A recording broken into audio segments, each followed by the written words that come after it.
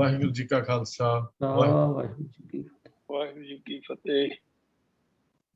ਸਨਮਾਨਯੋਗ ਗੁਰੂ ਪਿਆਰੇ ਸਤਸੰਗੀਓ, ਸਿੱਖ missionary college ਵੱਲੋਂ ਚੱਲ ਰਹੀ ਇਸ ਗੁਰਮਤਿ ਕਲਾਸ ਵਿੱਚ ਆਪ ਸਾਰਿਆਂ ਨੂੰ ਜੀ ਆਇਆਂ। ਹਰ ਸੋਮਵਾਰ ਦੀ ਤਰ੍ਹਾਂ ਅੱਜ ਵੀ ਸਾਡਾ ਇਹ ਸੈਸ਼ਨ ਸਵਾਲ ਜਵਾਬ ਦਾ ਹੈ। ਜੋ ਸਵਾਲ ਆਪ ਜੀ ਵੱਲੋਂ ਭੇਜੇ ਜਾਂਦੇ ਹਨ, ਪੈਨਲ ਮੈਂਬਰਸ ਆਪੋ ਵਿੱਚ ਵਿਚਾਰ ਕਰਕੇ ਉਹਨਾਂ ਦੇ ਉੱਤਰ ਤਿਆਰ ਕਰਦੇ ਹਨ। ਉਹ ਆਪ ਜੀ ਦੇ ਨਾਲ ਸਾਂਝੇ ਕੀਤੇ ਜਾਂਦੇ ਹਨ। ਇਹਨਾਂ ਜਵਾਬਾਂ ਦਾ ਆਧਾਰ ਸ਼੍ਰੀ ਗੁਰੂ ਗ੍ਰੰਥ ਸਾਹਿਬ ਜੀ ਦੀ ਬਾਣੀ, ਸਿੱਖ ਰਹਿਤ ਮਰਿਆਦਾ, ਭਾਈ ਗੁਰਦਾਸ ਜੀ ਦੀਆਂ ਰਚਨਾਵਾਂ, ਮਹਾਨ ਕੋਸ਼ ਭਾਈ ਕਾਹਨ ਸਿੰਘ ਨਾਭਾ ਜੀ, ਹੋਰ ਪੁਸਤਕਾਂ ਜੋ ਗੁਰਮਤਿ ਦੀਆਂ ਸਿਧਾਂਤਾਂ ਦੀਆਂ ਪੜਚੋਲ ਕਰਦੀਆਂ ਹਨ, ਉਹਨਾਂ ਦੇ ਆਧਾਰਿਤ ਹੁੰਦੇ ਹਨ। ਸਾਰੇ ਸਵਾਲ ਜੋ ਆਪ ਜੀ ਭੇਜਦੇ ਹੋ ਉਹ ਵੀਰ ਰਾਜਾ ਸਿੰਘ ਜੀ ਕੋਲ ਹੁੰਦੇ ਹਨ। ਉਹੀ ਸਾਡੇ ਨਾਲ ਵਿਚਾਰ ਕਰਕੇ ਇਹਨਾਂ ਸਵਾਲਾਂ ਦਾ ਨਿਰਣਾ ਕਰਦੇ ਹਨ। ਇਸ ਸੈਸ਼ਨ ਦੀ ਸੇਵਾ ਵੀ ਵੀਰ ਰਾਜਾ ਸਿੰਘ ਜੀ ਨਿਭਾਉਂਦੇ ਹਨ। ਮੈਂ ਵੀਰ ਰਾਜਾ ਸਿੰਘ ਜੀ ਨੂੰ ਬੇਨਤੀ ਕਰਦਾ ਹਾਂ ਕਿ ਅੱਜ ਦਾ ਇਹ ਸਵਾਲ ਜਵਾਬ ਦਾ ਸੈਸ਼ਨ ਸ਼ੁਰੂ ਕੀਤਾ ਜਾਏ। ਵੀਰ ਰਾਜਾ ਸਿੰਘ ਜੀ। ਵਾਹਿਗੁਰੂ ਜੀ ਕਾ ਖਾਲਸਾ, ਵਾਹਿਗੁਰੂ ਜੀ ਕੀ ਫਤਿਹ। ਕਿਉਂ ਕਾਰ ਸਤਨਾਮ ਕਰਤਾ ਪੁਰਖ ਨਿਰਭਉ ਨਿਰਵੈਰ ਅਕਾਲ ਮੂਰਤ ਅਜੂਨੀ ਸੈਭੰ ਗੁਰ ਪ੍ਰਸਾਦ। ਵਾਹਿਗੁਰੂ ਵਾਹਿਗੁਰੂ ਵਾਹਿਗੁਰੂ ਵਾਹਿਗੁਰੂ ਵਾਹਿਗੁਰੂ। ਵਾਹਿਗੁਰੂ ਜੀ ਕਾ ਖਾਲਸਾ, ਵਾਹਿਗੁਰੂ ਜੀ ਕੀ ਫਤਿਹ। तो गुरु सारियो, आप सब का बहुत बहुत स्वागत है संगत विच जुड़न लई। तो सतगुरु कृपा कर ये संगतां इस तरह हर रोज़ जुड़दियां रहन तां जे असी सतगुरु की बाणी की सेध लैके अपने जीवन नूं सही रस्ते ते रख सकीए। तो अज का सवाल जवाब का सैशन आप वालों भेजे सवाल हुण अपना आपां डिस्कस कर रहे हैं। तो जिस तरह हुणे वीर अजीत सिंह ने दस्सिया, पैनल मैंबर्स की कोशिश हुंदी है कि गुरबाणी नूं आधार लैके रहत मर्यादा और वख-वख विद्वानां ते वख-वख समय ते जो अपने विचार सानूं गाइडेंस दित्ती है, उन्हां दे चानणे विच इन्हां सवालों के उत्तर लभ के आप नाल साझे कर सकीए। तो आओ आपां सवालों वाल चलदे हां। सत संगत जी, पहला सवाल जिहड़ा है वो एक ऐसी अवस्था है जिहड़ी हरेक मनुख जिहड़ा है उहनूं चाहुंदा। मैनूं खिमा करना, मैं पैनल मैंबर्स नूं बेनती करनी सी कि वो संगत नाल फतेह सांझी करन। ये मेरे तो भुल हो गई है जी। मैं हुण बेनती करन लगा वीर तजिंदर सिंह जी, संगत नाल फतेह सांझी कर लो। हाँ जी। वाहिगुरू जी का खालसा, वाहिगुरू जी की फतेह। वाहिगुरू जी का खालसा, वाहिगुरू जी की फतेह। सा MP सिंह जी। वाहिगुरू जी का खालसा, वाहिगुरू जी की फतेह। भैन मनिंदर कौर जी। वाहिगुरू जी का खालसा, वाहिगुरू जी की फतेह। सरदार किकर सिंह जी। वाहिगुरू जी का खालसा, वाहिगुरू जी की फतेह जी। हाँ जी, वाहिगुरू जी। सरदार जगीर सिंह जी। वाहिगुरू जी का खालसा, वाहिगुरू जी की फतेह। शाह हरजीत सिंह जी ने पहले फतेह बुलाई है। शाह प्रभकीर्तन सिंह जी उम्मीद है थोड़ी देर तक जुड़ जाएंगे। वाहिगुरू जी की फतेह जी। हाँ जी, आगे जी तुहाडी उड़ीक हो रही थी। वाहिगुरू जी का खालसा। शाह मनमोहन सिंह जी। वाहिगुरू जी का खालसा, वाहिगुरू जी की फतेह। सब आपका पैनल मैंबरां दा भी बहुत बहुत धन्नवाद है जुड़न लई। तो साध संगत जी, मैं बेनती कर रहा सां, हरेक मनुख दे मन विच ये इच्छा हुंदी है, गरीब होवे अमीर होवे या किते भी कोई रहिंदा होवे, किसी जात पात दा होवे, एक चीज़ साडी सब दी कामन है, इच्छा कि सानू खुशी मिलनी चाहिए। तो सवाल भी ऐसा ही आ गया ਕਿ ਸਹਿਜ ਤੇ ਆਨੰਦ ਦੀ ਅਵਸਥਾ ਹੈ ਕੀ, ਕਿਹਨੂੰ ਆਪਾਂ ਕਹਿੰਦੇ ਹਾਂ ਸਹਿਜ ਜਾਂ ਕਿਹਨੂੰ ਕਹਿੰਦੇ ਹਾਂ ਆਨੰਦ। ਮੈਂ ਬੇਨਤੀ ਕਰਨ ਲੱਗਾ ਵੀਰ ਹਰਜੀਤ ਸਿੰਘ ਜੀ ਨੂੰ ਵੀ ਕਿਰਪਾ ਕਰਕੇ ਇਹ ਜਿਹੜੀ ਸਹਿਜ ਦੀ ਅਵਸਥਾ ਗੁਰਬਾਣੀ ਵਿੱਚ ਸਾਨੂੰ ਦੱਸੀ ਹੈ, ਔਰ ਦੂਸਰਾ ਆਨੰਦ ਜਿਹਦੇ ਪਿੱਛੇ ਸਾਰੀ ਉਮਰ ਅਸੀਂ ਦੌੜਦੇ ਰਹਿੰਦੇ ਹਾਂ, ਇਹ ਹੈ ਕੀ ਹੈ, ਆਪ ਜੀ ਸਾਡੇ ਨਾਲ ਸਾਂਝਾ ਕਰੋ ਜੀ ਵੀਰ ਹਰਜੀਤ ਸਿੰਘ।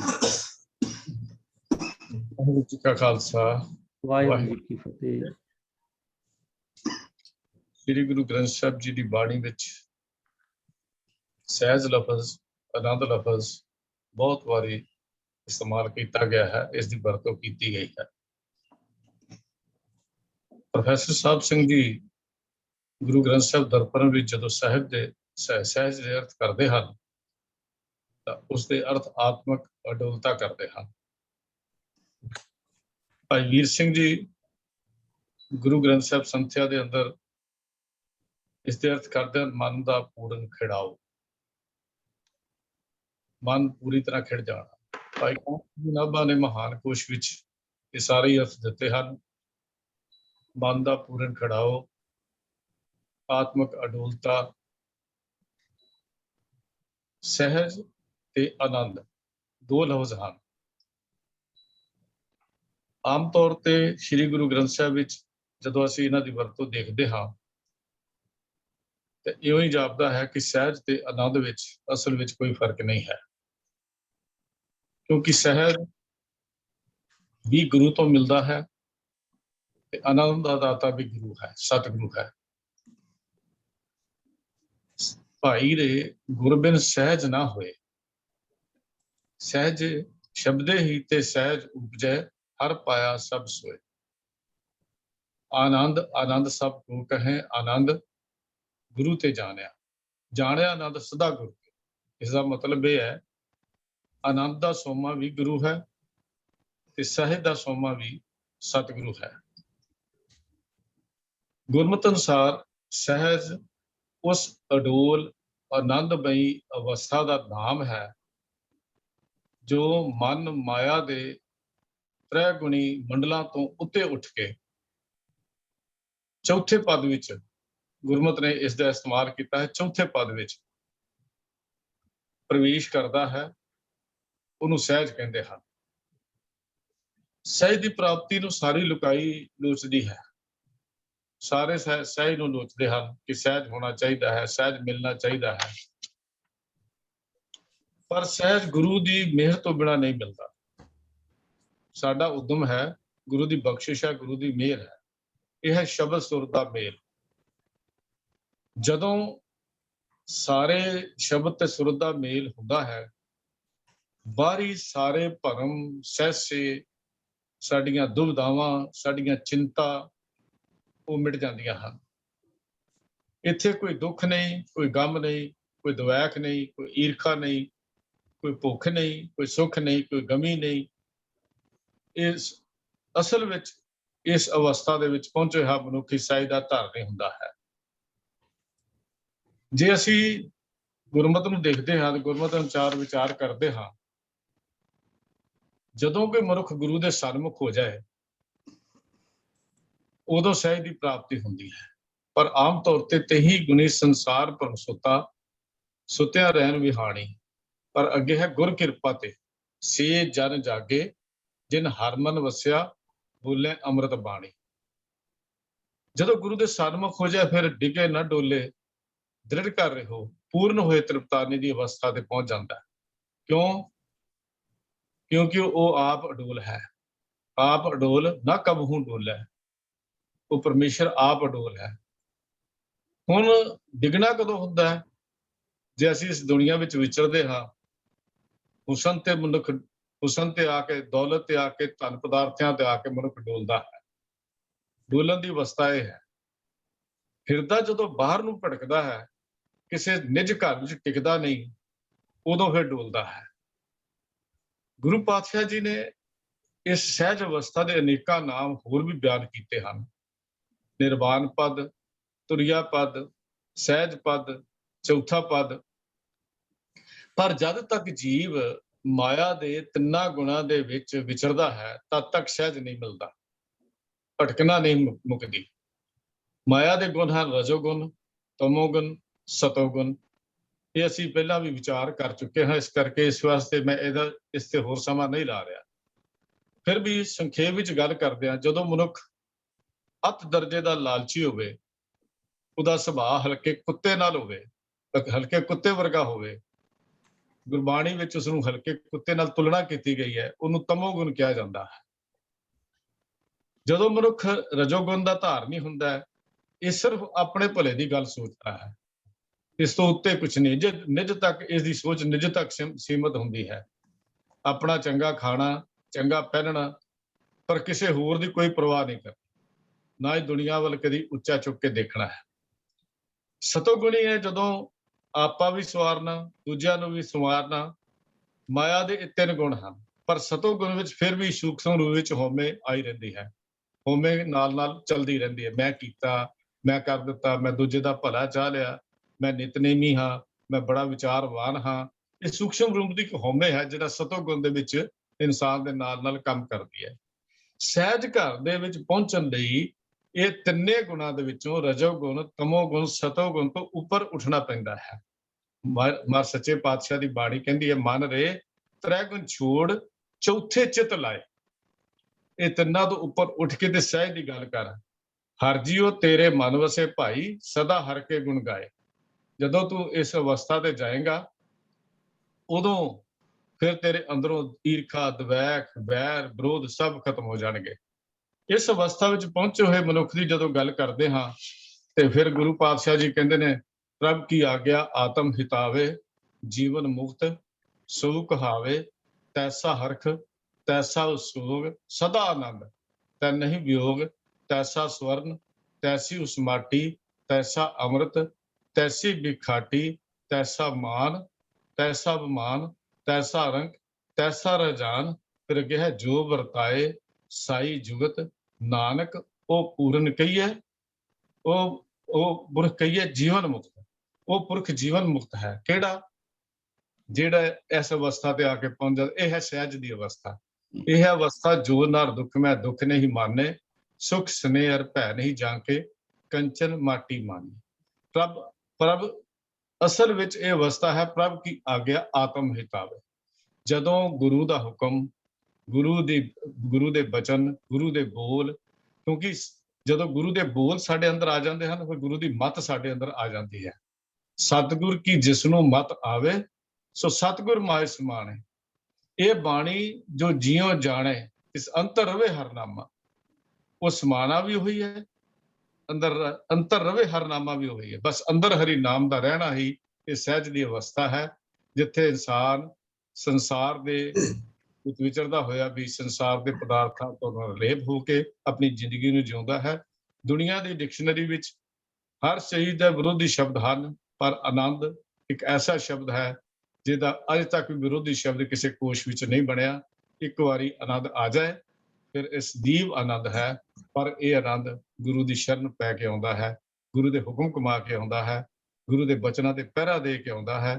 ਇਹ ਆਨੰਦ ਕੇਵਲ ਦੁਨੀਆ ਦੇ ਪਦਾਰਥਾਂ ਦਾ ਆਨੰਦ ਨਹੀਂ ਹੈ, ਇੱਕ ਅੰਦਰ ਦੀ ਅਵਸਥਾ ਹੈ ਜਦੋਂ ਮਨ ਤੇ ਆਪਣੇ ਆਤਮਾ ਦੇ ਹਰ ਹੁਕਮ ਨੂੰ ਕਮਾਉਂਦਾ, ਕਿਉਂਕਿ ਆਤਮਾ ਕਹੋ ਕਬੀਰ ਰਾਮ ਕੀ ਅੰਸ਼ ਹੈ। ਫਿਰ ਉਹ ਮਨ ਦੀ ਆਪਣੀ ਅਵਸਥਾ ਲਗਭਗ ਮੁੱਕਦੀ ਹੈ। ਉਹ ਜੋ ਪਰਮੇਸ਼ਰ ਦਾ ਹੁਕਮ ਹੈ ਉਹਦੇ ਅਨੁਸਾਰ ਕਾਰਜ ਕਰਦਾ ਹੈ, ਉਸ ਨੂੰ ਸਹਿਜ ਅਵਸਥਾ ਕਹਿੰਦੇ ਹਨ। ਹੋਈਆਂ ਭੁੱਲਾਂ ਦੀ ਖਿਮਾ। ਵਾਹਿਗੁਰੂ ਜੀ ਕਾ ਖਾਲਸਾ, ਵਾਹਿਗੁਰੂ ਜੀ ਕੀ ਫਤਿਹ। ਆਨੰਦ ਇੱਕ ਐਸਾ ਸ਼ਬਦ ਹੈ, ਵੀਰ ਜੀ ਨੇ ਦੱਸਿਆ, ਜਿਹਦਾ ਵਿਪਰੀਤ ਅਰਥ ਕੋਈ ਨਹੀਂ। ਗੱਲ ਇਹ ਹੈ ਵੀ ਵੀਰ ਜੀ ਨੇ ਜਿਸ ਆਨੰਦ ਦਾ ਸਾਨੂੰ ਦਰਸ਼ਨ ਕਰਾਇਆ ਉਹ ਪੱਕਾ ਆਨੰਦ ਹੈ, ਇੱਕ ਵਾਰੀ ਚੜ੍ਹ ਜੇ ਉਤਰਦਾ ਨਹੀਂ। ਪਰ ਆਮ ਤੌਰ ਤੇ ਅਸੀਂ ਕੱਚੇ ਆਨੰਦ 'ਚ ਹੀ ਤੁਰੇ ਫਿਰਦੇ। ਕੋਈ ਚੀਜ਼ ਸਵਾਦੀ ਖਾ ਲਈ, ਆਹ ਮਜ਼ਾ ਆ ਗਿਆ, ਕੋਈ ਚੀਜ਼ ਦੇਖੀ ਆਨੰਦ ਆ ਗਿਆ।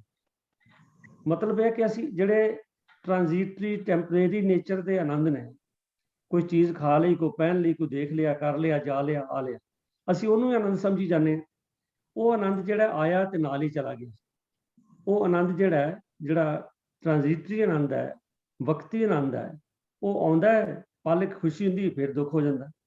ਪਰ ਜੇਕਰ ਜਿਸ ਤਰ੍ਹਾਂ ਗੁਰਬਾਣੀ ਦੀਆਂ ਤੁਕਾਂ ਦੇ ਕੇ ਵੀਰ ਜੀ ਨੇ ਦੱਸਿਆ, ਇਹ ਭਲਿਆ ਜੇਕਰ ਤੂੰ ਅਸਲ ਆਨੰਦ ਚਾਹੁੰਦਾ ਕਿ ਇੱਕ ਵਾਰੀ ਆਵੇ ਤੇ ਜਾਵੇ ਹੀ ਨਾ, ਫਿਰ ਤੂੰ ਆਪਣੇ ਗੁਰੂ ਦੇ ਲੜ ਲੱਗ ਜਾ ਤੇ ਜੈਸਾ ਗੁਰੂ ਤੈਨੂੰ ਹੁਕਮ ਕਰਦਾ ਉਹਦੇ ਮੁਤਾਬਕ ਜੀਓ ਤੇ ਤੇਰੀ ਜ਼ਿੰਦਗੀ ਸਦਾ ਹੀ ਆਨੰਦ। ਸ਼ੁਕਰੀਆ ਵੀਰ ਹਰਜੀਤ ਸਿੰਘ ਜੀ, ਆਪ ਜੀ ਦਾ ਇਸ ਸਵਾਲ ਦਾ ਉੱਤਰ ਦੇਣ ਲਈ। ਤੋ ਸਾਧ ਸੰਗਤ ਜੀ, ਅਗਲਾ ਜਿਹੜਾ ਸਵਾਲ ਹੈ ਉਹ ਹੈ ਕਿ ਗੁਰੂ ਹਰਗੋਬਿੰਦ ਸਾਹਿਬ ਸੱਚੇ ਪਾਤਸ਼ਾਹ ਨੂੰ ਜਿਸ ਵੇਲੇ ਗੁਰਗੱਦੀ ਤੇ ਬਿਰਾਜਮਾਨ ਹੋਏ ਤਾਂ ਉਹਨਾਂ ਨੇ 2 ਤਲਵਾਰਾਂ ਮੰਗਵਾ ਕੇ ਪਹਿਨੀਆਂ। ਬਾਬਾ ਬੁੱਢੀ ਜੀ, ਜੋ ਦੱਸਿਆ ਇਤਿਹਾਸ ਦੱਸਿਆ ਜਾਂਦਾ, ਬਾਬਾ ਬੁੱਢਾ ਜੀ ਨੇ ਉਹਨਾਂ ਨੂੰ 2 ਤਲਵਾਰਾਂ ਪਹਿਨਾਈਆਂ, ਇੱਕ ਮੀਰੀ ਦੀ, ਇੱਕ ਪੀਰੀ ਦੀ। ਤੇ ਸਵਾਲ ਕਰਨ ਵਾਲੇ ਪੁੱਛਦੇ ਨੇ ਕਿ ਆਇਆ ਮੀਰੀ ਦੀ ਤੇ ਪੀਰੀ ਦੀ ਜਿਹੜੀ ਤਲਵਾਰ ਹੈ ਅੱਜ ਕੱਲ੍ਹ ਅਸੀਂ ਜਿਹੜੀ ਪਹਿਨਦੇ ਹਾਂ ਉਹ ਕਿਹੜੀ ਪਹਿਨਦੇ? ਤੇ ਮੈਂ ਬੇਨਤੀ ਕਰ ਰਿਹਾ ਵੀਰ ਮਨਮੋਹਨ ਸਿੰਘ ਜੀ ਨੂੰ ਬਈ ਉਹ ਸਾਨੂੰ ਸੰਖੇਪ ਤੌਰ ਤੇ ਦੱਸ ਦੇਣ ਕਿ ਮੀਰੀ ਪੀਰੀ ਦੀ ਤਲਵਾਰ ਜਿਹੜੀ ਕੀ ਹੈ ਔਰ ਅਸੀਂ ਕਿਹੜੀ ਪਹਿਨਦੇ ਅੱਜ ਕੱਲ੍ਹ। ਵੀਰ ਮਨਮੋਹਨ ਸਿੰਘ। ਵਾਹਿਗੁਰੂ ਜੀ ਕਾ ਖਾਲਸਾ, ਵਾਹਿਗੁਰੂ ਜੀ ਕੀ ਫਤਿਹ। ਆਪ ਜੀ ਨੇ ਸਵਾਲ ਪੜਿਆ ਹੈ ਵੀਰ ਜੀ ਨੇ ਕਿ ਮੇਰੀ ਪੀਰੀ ਦੀਆਂ 2 ਕਿਰਪਾਨਾਂ ਜੋ ਸਨ ਗੁਰੂ ਹਰਗੋਬਿੰਦ ਪਾਤਸ਼ਾਹ ਜੀ ਨੇ ਧਾਰਨ ਕੀਤੀਆਂ ਜਦੋਂ ਸਤਿਗੁਰੂ ਪਾਤਸ਼ਾਹ ਨੂੰ ਗੁਰਗੱਦੀ ਦੇ ਉੱਤੇ ਬਿਠਾਇਆ ਗਿਆ। ਤੇ ਇਸੇ ਸਵਾਲ ਦੇ ਵਿੱਚ ਦੂਜਾ ਸਵਾਲ ਸੀ ਕਿ ਗੁਰੂ ਪਾਤਸ਼ਾਹ ਨੇ ਪੀਰੀ ਦੀ ਜੋ ਕਿਰਪਾਨ ਹੈ ਉਹ ਕਿਹੜੇ ਪਾਸੇ ਧਾਰਨ ਕੀਤੀ, ਜਾਂ ਮੀਰੀ ਦੀ ਕਿਰਪਾਨ ਕਿਹੜੇ ਪਾਸੇ ਧਾਰਨ ਕੀਤੀ, ਤੇ ਨਾਲ ਹੀ ਅੱਜ ਕੱਲ੍ਹ ਅਸੀਂ ਕਿਹੜੀ ਕਿਰਪਾਨ ਧਾਰਨ ਕਰਦੇ। ਸੋ ਮੈਂ ਬੇਨਤੀ ਕਰਾਂਗਾ ਕਿ ਗੁਰੂ ਨਾਨਕ ਪਾਤਸ਼ਾਹ ਦਾ ਜੋ ਫਲਸਫਾ ਸੀ ਉਹ ਸੰਤਗਿਰੀ ਅਤੇ ਸਿਪਾਹੀਗਿਰੀ ਦਾ ਸੀ। ਧੰਨ ਗੁਰੂ ਨਾਨਕ ਪਾਤਸ਼ਾਹ ਨੇ ਹੀ ਇੱਕ ਵੱਡੀ ਇਨਕਲਾਬੀ ਲਹਿਰ ਜੋ ਸੀ ਉਹ ਸੰਸਾਰ ਦੇ ਅੰਦਰ ਪੈਦਾ ਕੀਤੀ। ਗੁਰੂ ਨਾਨਕ ਪਾਤਸ਼ਾਹ ਦਾ ਰਾਜੇਸ਼ੀ ਮੁਕੱਦਮ ਕੁੱਤੇ ਚਾਹੇ ਜਗਾਇਨ ਬੈਠੇ ਸੁੱਤੇ, ਜਾਂ ਬਾਬਰ ਨੂੰ ਇਹ ਗੱਲ ਕਹਿਣਾ ਪਾਪ ਕੀ ਜੰਜ ਲੈ ਕਾਬਲੋਂ ਧਾਇਆ, ਜੋਰੀ ਮੰਗੈ ਦਾਨਵੇ ਲਾਲੋ, ਜਾਂ ਫਿਰ ਜੋ ਤੋ ਪ੍ਰੇਮ ਖਿਲਨ ਕਾ ਚਾਓ ਸਿਰ ਤਰ ਤਲੀ ਗਲੀ ਮੇਰੀ ਆਓ।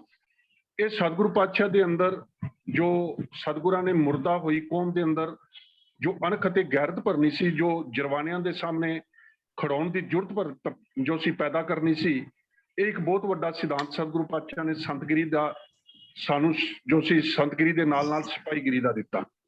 ਸੋ ਸਮਾਂ ਬੀਤਦਾ ਗਿਆ, ਪੰਚਮ ਗੁਰਦੇਵ ਨੂੰ, ਕਿਉਂਕਿ 4 ਗੁਰੂ ਪਾਤਸ਼ਾਹਾਂ ਨੇ ਤੇ ਗੁਰੂ ਅਰਜਨ ਪਾਤਸ਼ਾਹ ਨੇ ਗਿਆਨ ਖੜਗ ਦੇ ਨਾਲ ਧਰਮ ਦੇ ਅੰਦਰ ਬਹੁਤ ਵੱਡਾ ਇਨਕਲਾਬ ਲਿਆਂਦਾ ਅਤੇ ਰਾਜਨੀਤਿਕ ਤੌਰ ਦੇ ਉੱਤੇ ਵੀ ਲੋਕਾਂ ਨੂੰ ਸੁਚੇਤ ਕੀਤਾ। ਸਮੇਂ ਦੇ ਹਾਕਮ ਜੋ ਸਨ ਉਹਨਾਂ ਨੂੰ ਸਿੱਧਾ ਜੋ ਧਰਮ ਦਾ ਰਸਤਾ ਸੀ ਉਹ ਦੱਸਣ ਦਾ ਯਤਨ ਕੀਤਾ, ਪਰ ਹਾਲਾਤ ਇਹ ਬਣ ਚੁੱਕੇ ਸਨ ਕਿ ਜਿਵੇਂ ਅੱਜ ਵੀ ਅਸੀਂ ਦੇਖਦੇ ਹਾਂ ਰਾਜਨੀਤਿਕ ਲੋਕ ਕੁਝ ਅਖੌਤੀ ਧਾਰਮਿਕ ਲੋਕਾਂ ਨੂੰ ਆਪਣਾ ਸ਼ਿੰਗਾਰ ਤੇ ਗਹਿਣਾ ਬਣਾ ਲੈਂਦੇ ਹਨ। ਠੀਕ ਇਸੇ ਤਰ੍ਹਾਂ ਉਸ ਵੇਲੇ ਵੀ ਜਿਹੜੇ ਸੱਚ ਧਰਮੀ ਸਨ ਉਹਨਾਂ ਨੂੰ ਕੁਚਲਣ ਦੇ ਵਾਸਤੇ ਜਿਹੜੇ ਅਖੌਤੀ ਧਰਮੀ ਲੋਕੀ ਸਨ ਉਹਨਾਂ ਦਾ ਸਹਾਰਾ ਜੋ ਸੀ ਉਹ ਰਾਜਨੀਤਿਕ ਲੋਕ ਲੈ ਰਹੇ ਸਨ। 5 ਪਾਤਸ਼ਾਹੀਆਂ ਤੱਕ, ਗੁਰੂ ਅਰਜਨ ਪਾਤਸ਼ਾਹ ਤੱਕ ਜੋ ਧਰਮ ਪ੍ਰਚਾਰ ਸੀ ਉਹ ਰੱਜ ਕੇ ਕੀਤਾ ਗਿਆ। ਗਿਆਨ ਖੜਗ ਦੇ ਨਾਲ ਸਤਿਗੁਰੂ ਪਾਤਸ਼ਾਹ ਨੇ ਸ਼ਬਦ ਜਿੱਤੀ ਸਿੱਧ ਮੰਡਲੀ ਕੀਤਿਓ ਸੇ ਆਪਣਾ ਪੰਥ ਨਿਰਾਲਾ। ਕਿਤੇ ਮੱਕੇ ਦੀ ਧਰਤੀ ਦੇ ਉੱਤੇ ਗੁਰੂ ਨਾਨਕ ਪਾਤਸ਼ਾਹ ਦੀਆਂ ਖੜਾਵਾਂ ਮੰਗ ਲੈਣੀਆਂ, ਕਿਤੇ ਸਿੱਧਾਂ ਦਾ ਚਰਨਾਂ ਦੇ ਉੱਤੇ ਟੈਪ ਪੈਣਾ, ਇਹ ਗੱਲ ਕਹਿਣੀ ਸਿੱਧ ਬੋਲਣ ਸ਼ੁਭ ਬਚਨ ਧੰਨ ਨਾਨਕ ਤੇਰੀ ਵੱਡੀ ਕਮਾਈ। ਇਹ ਬਹੁਤ ਵੱਡਾ ਇਨਕਲਾਬ ਜੋ ਸੀ ਉਹ ਧਰਮ ਦੇ ਖੇਤਰ ਦੇ ਅੰਦਰ ਸੀ ਅਤੇ ਸਮੇਂ ਦੇ ਰਾਜਿਆਂ ਦਾ ਗੁਰੂ ਪਾਤਸ਼ਾਹ ਪ੍ਰਤੀ ਆ ਕੇ ਸਮਰਪਣ ਹੋਣਾ, ਮੱਥਾ ਟੇਕਣਾ, ਅਕਬਰ ਦਾ ਗੋਇੰਦਵਾਲ ਸਾਹਿਬ ਆਉਣਾ, ਲੰਗਰ ਦੇ ਵਿੱਚ ਲੰਗਰ ਛਕਣਾ, ਇਹ ਇੱਕ ਬਹੁਤ ਵੱਡੇ ਸੰਕੇਤ ਸਨ ਕਿ ਗੁਰੂ ਨਾਨਕ ਪਾਤਸ਼ਾਹ ਦਾ ਘਰ ਜੋ ਸੀ ਉਹ ਧਰਮ ਤੇ ਰਾਜਨੀਤੀ ਦੇ ਅੰਦਰ ਜੋ ਸੀ ਉਸ ਨੂੰ ਬਹੁਤ ਵੱਡੀ ਥਾਂ ਲੱਭ ਰਹੀ ਸੀ। ਹੁਣ ਸਮੇਂ ਦੇ ਜੋ ਹਾਕਮ ਸਨ ਜਿਨ੍ਹਾਂ ਤੋਂ ਇਹ ਚੀਜ਼ ਬਰਦਾਸ਼ਤ ਨਹੀਂ ਹੋਈ, ਉਹ ਜਿਹੜੇ ਧਾਰਮਿਕ ਫਿਰਕੂ ਲੋਕੀ ਸਨ ਉਹ ਵੀ ਇਹਨਾਂ ਦੇ ਨਾਲ ਮਿਲ ਗਏ। ਜਿਹੜੇ ਸੱਚ ਵਿੱਚ ਧਰਮੀ ਨਹੀਂ ਸਨ, ਅਖੌਤੀ ਧਰਮੀ ਸਨ, ਉਹਨਾਂ ਨੇ ਸੱਚ ਦੀ ਆਵਾਜ਼ ਨੂੰ ਕੁਚਲਣ ਦਾ ਇੱਕ ਯਤਨ ਆਰੰਭਿਆ। ਲੋਕਾਂ ਦੇ ਉੱਤੇ ਜ਼ੁਲਮ ਹੋ ਰਹੇ ਸਨ, ਉਹ ਅਖੌਤੀ ਧਾਰਮਿਕ ਉਹਨਾਂ ਦੇ ਸਾਹਮਣੇ ਕੁਸਕਦੇ ਨਹੀਂ ਸਨ ਸਮੇਂ ਦੇ ਜਰਵਾਣਿਆਂ ਦੇ ਸਾਹਮਣੇ, ਕਿਉਂਕਿ ਸਤਿਗੁਰੂ ਪਾਤਸ਼ਾਹ ਦੀ ਬਾਣੀ ਦੇ ਅੰਦਰ ਹੀ ਸਤਿਗੁਰਾਂ ਨੇ ਬਖਸ਼ਿਸ਼ ਕੀਤੀ ਕਿ ਭਾਈ ਗਊ ਬ੍ਰਾਹਮਣ ਕੋ ਕਰ ਲਾਵੋ ਗੋਬਰ ਤਰਨ ਨਾ ਜਾਈ। ਹੁਣ ਸਮਾਂ ਨਹੀਂ, ਆਸਾ ਦੀ ਵਾਰ ਦੇ ਅੰਦਰ ਸਤਿਗੁਰੂ ਪਾਤਸ਼ਾਹ ਨੇ ਉਹਨਾਂ ਲੋਕਾਂ ਨੂੰ ਬਰਾਬਰ ਤਾੜਨਾ ਕੀਤੀ ਸੀ ਜਿਹੜੇ ਅਖੌਤੀ ਧਾਰਮਿਕ ਸਨ ਕਿ ਭਾਈ ਜਿਹੜੇ ਸੰਸਾਰ ਦੇ ਅੰਦਰ ਮਨੁੱਖਤਾ ਨੂੰ ਕਤਲ ਕਰਨ ਵਾਲੇ ਨੇ ਉਹਨਾਂ ਦੇ ਗਲਾਂ ਦੇ ਅੰਦਰ ਅੱਜ ਜੋ ਨੇ ਉਹ ਜਨੇਊ ਨੇ, ਉਹ ਅਖੌਤੀ ਧਾਰਮਿਕ ਬਣ ਕੇ ਬੈਠੇ ਨੇ, ਭਾਵੇਂ ਉਹ ਮੌਲਾਨੇ ਨੇ, ਕਾਜੀ ਨੇ, ਜਾਂ ਉਸ ਵੇਲੇ ਦੇ ਜਿਹੜੇ ਬ੍ਰਾਹਮਣ ਲੋਕੀ ਸਨ ਜਾਂ ਕਿਸੇ ਹੋਰ ਧਾਰਮਿਕ ਫਿਰਕੇ ਨਾਲ ਸੰਬੰਧਿਤ ਸਨ।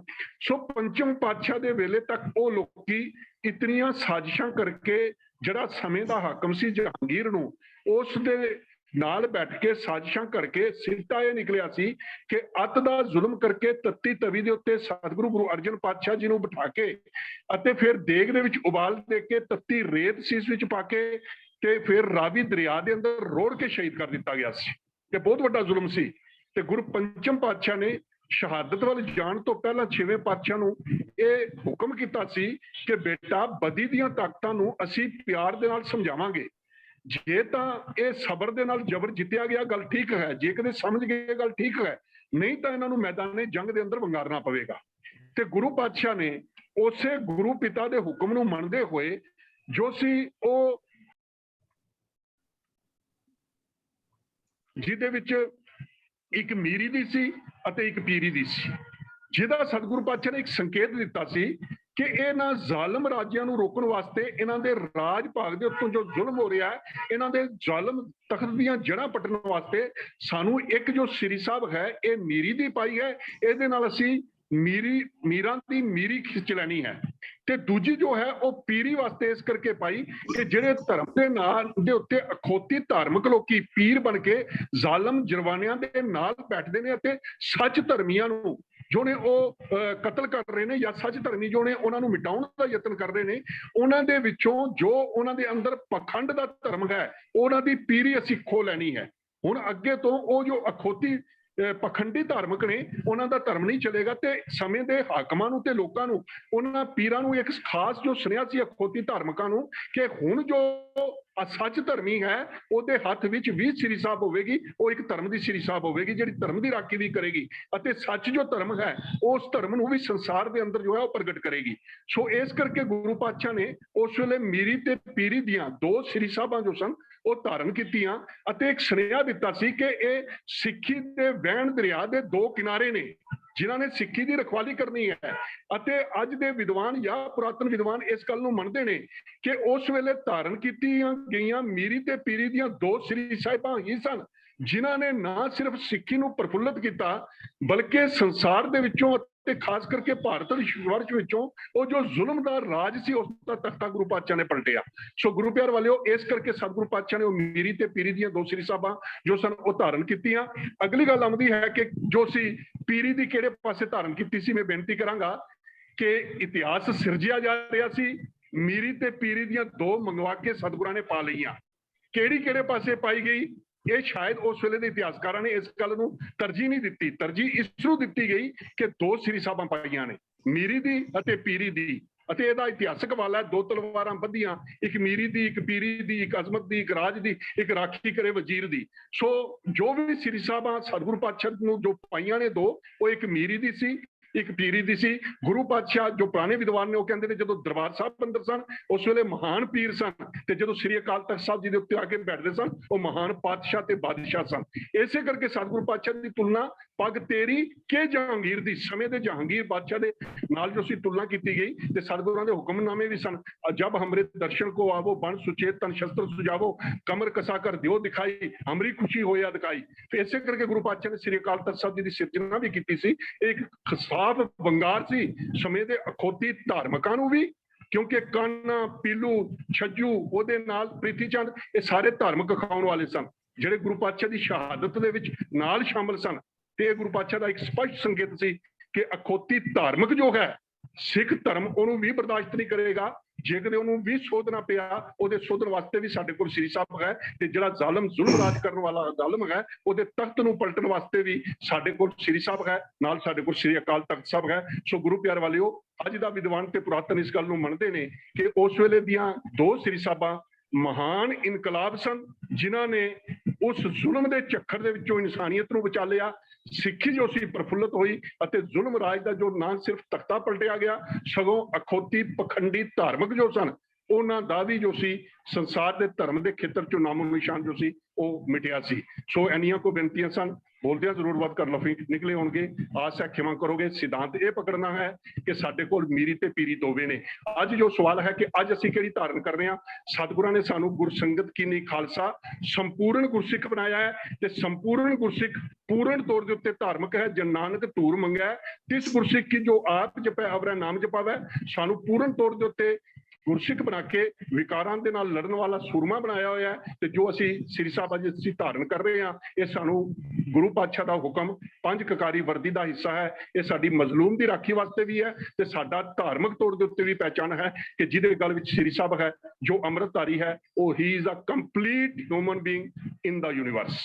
ਵਾਹਿਗੁਰੂ ਜੀ ਕਾ ਖਾਲਸਾ, ਵਾਹਿਗੁਰੂ ਜੀ ਕੀ ਫਤਿਹ। ਵਾਹਿਗੁਰੂ ਜੀ ਕੀ ਫਤਿਹ। ਸਤਿਗੁਰਾਂ ਨੇ ਸਾਨੂੰ ਸੰਤ ਸਿਪਾਹੀ ਬਣਾਇਆ।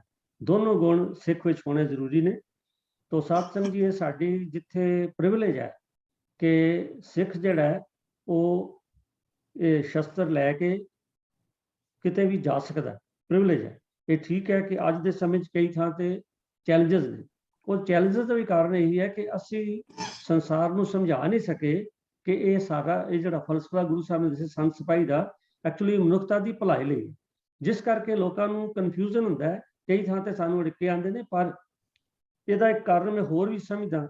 ਜੇਕਰ ਜਿੰਨੇ ਗੁਰੂ ਨਾਨਕ ਨਾਮ ਲੇਵਾ ਜਿਹੜੇ ਆਪਣੇ ਆਪ ਨੂੰ ਆਪਾਂ ਗੁਰੂ ਨਾਨਕ ਪਾਤਸ਼ਾਹ ਜੀ ਦੇ ਸਿੱਖ ਅਖਵਾਉਂਦੇ ਆ, ਸਾਰਿਆਂ ਨੂੰ ਅੰਮ੍ਰਿਤਧਾਰੀ ਹੋਣਾ ਜ਼ਰੂਰੀ ਹੈ। ਹਾਲਾਂਕਿ ਹੁਕਮ ਹੈ ਕਿ ਪ੍ਰਥਮ ਰਹਿਤ ਲਿਆ ਜਾਨ ਖੰਡੇ ਕੀ ਪਾਹੁਲ ਛਕੈ। ਜੇ ਆਪਾਂ ਸਾਰੀ ਕੌਮ ਅੰਮ੍ਰਿਤਧਾਰੀ ਹੋਏਗੀ ਤਾਂ ਫਿਰ ਇਹ ਆਪਣੇ ਆਪ ਪਤਾ ਲੱਗ ਜਾਏਗਾ। ਹੁਣ ਤਾਂ ਕਈ ਇਹ ਵੀ ਕਹਿੰਦੇ ਨੇ ਤੁਸੀਂ ਤੇ ਕਿਰਪਾਨ ਪਾਈ, ਬਾਕੀ ਕੋਈ ਨਹੀਂ ਪਾਉਂਦੇ। ਔਰ ਗੱਲ ਤਾਂ ਠੀਕ ਹੈ, ਜੇ ਅੱਜ ਆਪਾਂ ਸੜਕ ਕਿਨਾਰੇ ਖੜੋ ਜਾਈਏ ਤੇ ਮੈਨੂੰ ਨਹੀਂ ਲੱਗਦਾ ਵੀ 10 ਚੋਂ 1 ਦੇ ਵੀ ਮਿਲਦੀ ਹੋਵੇ। ਬਹੁਤ ਘੱਟ, ਮਤਲਬ ਗਿਣਤੀ ਆਏ ਦਿਨ ਘਟ ਰਹੀ ਹੈ ਬਜਾਏ ਵਧਣ। ਸੋ ਇਸ ਕਰਕੇ ਸਾਨੂੰ ਸੁਚੇਤ ਹੋਣ ਦੀ ਲੋੜ ਹੈ। ਇਹ ਜਿਹੜਾ ਸਵਾਲ ਆਇਆ ਹੈ, ਇਹ ਸਾਨੂੰ ਸਾਵਧਾਨ ਵੀ ਕਰਦਾ ਹੈ ਵੀ ਇਹ ਸਵਾਲ ਦੀ ਜ਼ਰੂਰਤ ਕਿਉਂ ਪਈ ਹੈ। ਇਸ ਕਰਕੇ ਕਿ ਕਿਉਂਕਿ ਅਸੀਂ ਆਪਣੇ ਜਿਹੜੇ ਮਰਿਆਦਾ ਗੁਰੂ ਸਾਹਿਬ ਨੇ ਬਣਾਈ ਹੈ, ਪ੍ਰਥਮ ਰਹਿਤ ਜਾਨ ਖੰਡੇ ਕੀ ਪਾਹੁਲ ਛਕੇ, ਉਸ ਤੋਂ ਦੂਰ ਹੁੰਦੇ ਜਾ ਰਹੇ ਹਾਂ। ਲੋੜ ਹੈ ਸਾਰੀ ਕੌਮ ਨੂੰ ਅੰਮ੍ਰਿਤਧਾਰੀ ਬਣਾਉਣ ਦੀ। ਫਿਰ ਇਹ ਸਵਾਲ ਜਿਹੜੇ ਨੇ ਆਪਣੇ ਆਪ ਸਾਂਝੇ ਹੋ ਜਾਣਗੇ। ਤੋ ਵੀਰ ਮਨਮੋਹਨ ਸਿੰਘ ਜੀ ਨੇ ਬਿਲਕੁਲ ਠੀਕ ਪੂਰੀ ਵਿਆਖਿਆ ਦੇ ਨਾਲ ਸਾਨੂੰ ਸਮਝਾਇਆ। ਔਰ ਮੈਂ ਆਸ ਕਰਦਾ ਜਿਨ੍ਹਾਂ ਦਾ ਸਵਾਲ ਹੈ ਉਹਨਾਂ ਨੂੰ ਵੀ ਜ਼ਰੂਰ ਇਹਦੀ ਉੱਤਰ ਮਿਲ ਗਿਆ ਔਰ ਬਾਕੀ ਸੰਗਤ ਵੀ ਇਹਨੂੰ ਇਸ ਦੇ ਨਾਲ ਮੁਤਫਿਕ ਹੋਏਗੀ। ਧੰਨਵਾਦ ਵੀਰ ਮਨਮੋਹਨ ਸਿੰਘ ਆਪ ਜੀ ਦਾ। ਅਗਲਾ ਸਵਾਲ ਜਿਹੜਾ ਸਾਧ ਸੰਗਤ ਜੀ ਸਾਹ ਗੁਰਬਚਨ ਸਿੰਘ ਜੀ ਦਿੱਲੀ ਵਾਲਿਆਂ ਦਾ। ਪਹਿਲੇ ਤਾਂ ਮੈਂ ਉਹਨਾਂ ਤੋਂ ਖਿਮਾ ਮੰਗਦਾ ਕਿ ਇਹ ਸਵਾਲ ਕਿਸੇ ਕਾਰਨ ਕਰਕੇ ਪਿਛਲੇ ਹਫਤੇ ਵੀ ਨਹੀਂ ਲਿਆ ਜਾ ਸਕਿਆ, ਸਮੇਂ ਦੀ ਘਾਟ ਸੀ। ਉਸ ਤੋਂ ਪਿਛਲੇ ਹਫਤੇ ਵੀ ਇਹ ਨਹੀਂ ਲਿਆ ਜਾ ਸਕਿਆ। ਆਪਾਂ ਲੇਟ ਰਹਿ ਰਹੇ ਹਾਂ। ਆਪਾਂ ਸਭ ਤੋਂ ਪਹਿਲੇ ਉਹਦੀ ਮਾਫੀ ਮੰਗਦੇ। ਔਰ ਜਿਹੜਾ ਸਵਾਲ ਹੈ ਇਹ ਬੜਾ ਸਾਨੂੰ ਸੋਚ ਵਿਚਾਰ ਮੰਗਦਾ ਹੈ ਕਿ ਸੱਚ ਦੇ ਮਾਰਗ ਤੇ ਚੱਲਣਾ ਸੌਖਾ ਹੈ ਕਿ ਔਖਾ ਹੈ। ਮੈਂ ਬੇਨਤੀ ਕਰ ਰਿਹਾ ਵੀਰ ਪ੍ਰਭਕੀਰਤਨ ਸਿੰਘ ਜੀ ਨੂੰ ਵੀ ਜ਼ਰਾ ਦੱਸੋ ਵੀ ਸੌਖਾ ਹੈ ਕਿ ਔਖਾ ਹੈ। ਹਾਂਜੀ ਪ੍ਰਭਕੀਰਤਨ ਸਿੰਘ ਜੀ। ਵਾਹਿਗੁਰੂ ਜੀ ਖਾਲਸਾ, ਵਾਹਿਗੁਰੂ ਜੀ ਕੀ ਫਤਿਹ ਜੀ। ਫਤਿਹ। ਵੀਰ ਜੀ ਨੇ ਜੋ ਸਵਾਲ ਪੁੱਛਿਆ ਹੈ ਉਹਨੂੰ ਅਗਰ ਅਸੀਂ ਦੁਨਿਆਵੀ ਨਜ਼ਰ ਨਾਲ ਦੇਖੀਏ ਕਿ ਗੁਰਮਤ ਮਾਰਗ ਜਾਂ ਸੱਚ ਦਾ ਮਾਰਗ ਜਿਹੜਾ ਹੈ, ਤਾਂ ਫਿਰ ਇਹ ਵਿਖਮ ਲੱਗਦਾ ਹੈ, ਔਖਾ ਲੱਗਦਾ ਹੈ ਤੇ ਵਿਖੜਾ ਲੱਗਦਾ ਹੈ। ਪਹਿਲੀ ਨਜ਼ਰ ਨਾਲ ਜਦੋਂ ਅਸੀਂ ਦੁਨਿਆਵੀ ਨਜ਼ਰ ਨਾਲ ਖਾਸ ਕਰਕੇ ਦੇਖੀਏ ਤਾਂ ਇਹ ਔਖਾ ਹੀ ਲੱਗਦਾ ਹੈ। ਤੇ ਜਿਹੜੇ ਕੰਮ ਅਸੀਂ ਆਮ ਤੌਰ ਤੇ ਸੰਸਾਰਿਕ ਜੀਵਨ ਦੇ ਵਿੱਚ ਸਫਲ ਹੋਣ ਲਈ ਕਰਨ ਲਈ ਜ਼ਰੂਰੀ ਸਮਝਦੇ ਹਾਂ ਵੀ ਇਹਨਾਂ ਤੋਂ ਬਿਨਾਂ ਸਫਲ ਨਹੀਂ ਹੋ ਸਕਦੇ, ਉਹ ਸਾਰੇ ਹੀ ਗੁਰਮਤ ਦੀ ਕਸਵੱਟੀ ਤੇ ਪੂਰੇ ਨਹੀਂ ਉਤਰਦੇ। ਮਤਲਬ ਉਹ ਬਹੁਤੇ ਕੰਮ ਜਿਹੜੇ ਐਸੇ ਹਨ ਜਿਹੜੇ ਗੁਰਮਤ ਦੀ ਕਸਵੱਟੀ ਤੇ ਪੂਰੇ ਨਹੀਂ ਉਤਰਦੇ। ਤਾਂ ਫਿਰ ਸਾਡਾ ਪਹਿਲਾ ਰਿਐਕਸ਼ਨ ਇਹ ਹੁੰਦਾ ਕਿ ਗੁਰਮਤ ਦਾ ਜੀਵਨ ਇੱਕ ਬੜਾ ਔਖਾ ਪੈਂਡਾ ਹੈ। ਅਸੀਂ ਇਹ ਵੀ ਮੰਨ ਲੈਂਦੇ ਹਾਂ ਕਿ ਸੱਚ ਤੇ ਮਾਰਗ, ਇਹਦੇ ਮਾਰਗ ਤੇ ਚੱਲਣਾ, ਗੁਰਮਤ ਦੇ ਮਾਰਗ ਤੇ ਚੱਲਣਾ ਇਸ ਕਰਕੇ ਵੀ ਔਖਾ ਹੈ ਕਿ ਜੇ ਅਸੀਂ ਇਹਦੇ ਉੱਤੇ ਤੁਰੇ ਤਾਂ ਫਿਰ ਸੰਸਾਰਿਕ ਜੀਵਨ ਸਾਡਾ ਸਫਲ ਨਹੀਂ ਹੋਏਗਾ। ਜਦੋਂ ਅਸੀਂ ਇਹ ਮੰਨ ਲੈਂਦੇ ਹਾਂ ਕਿ ਸਫਲ ਤੇ ਸੁਖੈਨ ਸੰਸਾਰਿਕ ਜੀਵਨ ਸੱਚ ਦੇ ਸਹਾਰੇ ਨਹੀਂ ਚੱਲ ਸਕਦਾ, ਜਾਂ ਸੁਖੈਨ ਜੀਵਨ ਕੂੜ ਦੇ ਮਾਰਗ ਤੇ ਹੀ ਚੱਲ ਕੇ ਮਿਲਦਾ ਹੈ, ਤਾਂ ਫਿਰ ਇਹ ਮਾਰਗ ਔਖਾ ਲੱਗਣਾ ਸ਼ੁਰੂ ਹੋ ਜਾਂਦਾ ਹੈ।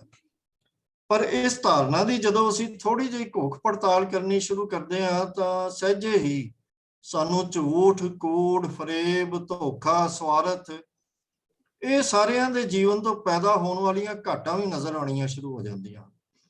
ਕੂੜ ਦਾ ਜੀਵਨ ਜੋ ਸੁਖੈਨ ਤੇ ਸਫਲ ਜਾਪਦਾ ਹੈ, ਜਦੋਂ ਉਹਦੇ ਅਸੀਂ ਲੌਂਗ ਟਰਮ ਜਾਂ ਦੂਰ ਰੱਸੀ ਲੰਬੇ ਸਮੇਂ ਵਿੱਚ ਮਿਲਣ ਵਾਲੇ ਫਲ ਵੱਲ ਨਜ਼ਰ ਮਾਰਦੇ ਹਾਂ, ਤਾਂ ਨਿੱਜੀ ਜੀਵਨ, ਮਾਨਸਿਕ ਜੀਵਨ, ਸਿਹਤ, ਪਰਿਵਾਰਕ, ਸੰਸਾਰਿਕ, ਸਮਾਜਿਕ ਸਾਰੇ ਜੀਵਨ ਦੇ ਉੱਤੇ ਕੂੜ ਤੇ ਝੂਠ ਤੇ ਧੋਖੇ ਫਰੇਬ ਤੋਂ ਪੈਦਾ ਹੋਣ ਵਾਲੇ ਮਾੜੇ ਪ੍ਰਭਾਵ ਜਿਹੜੇ ਨੇ ਉਹਨਾਂ ਦੇ ਨਤੀਜੇ ਦਿਸਣੇ ਸ਼ੁਰੂ ਹੋ ਜਾਂਦੇ ਹਨ।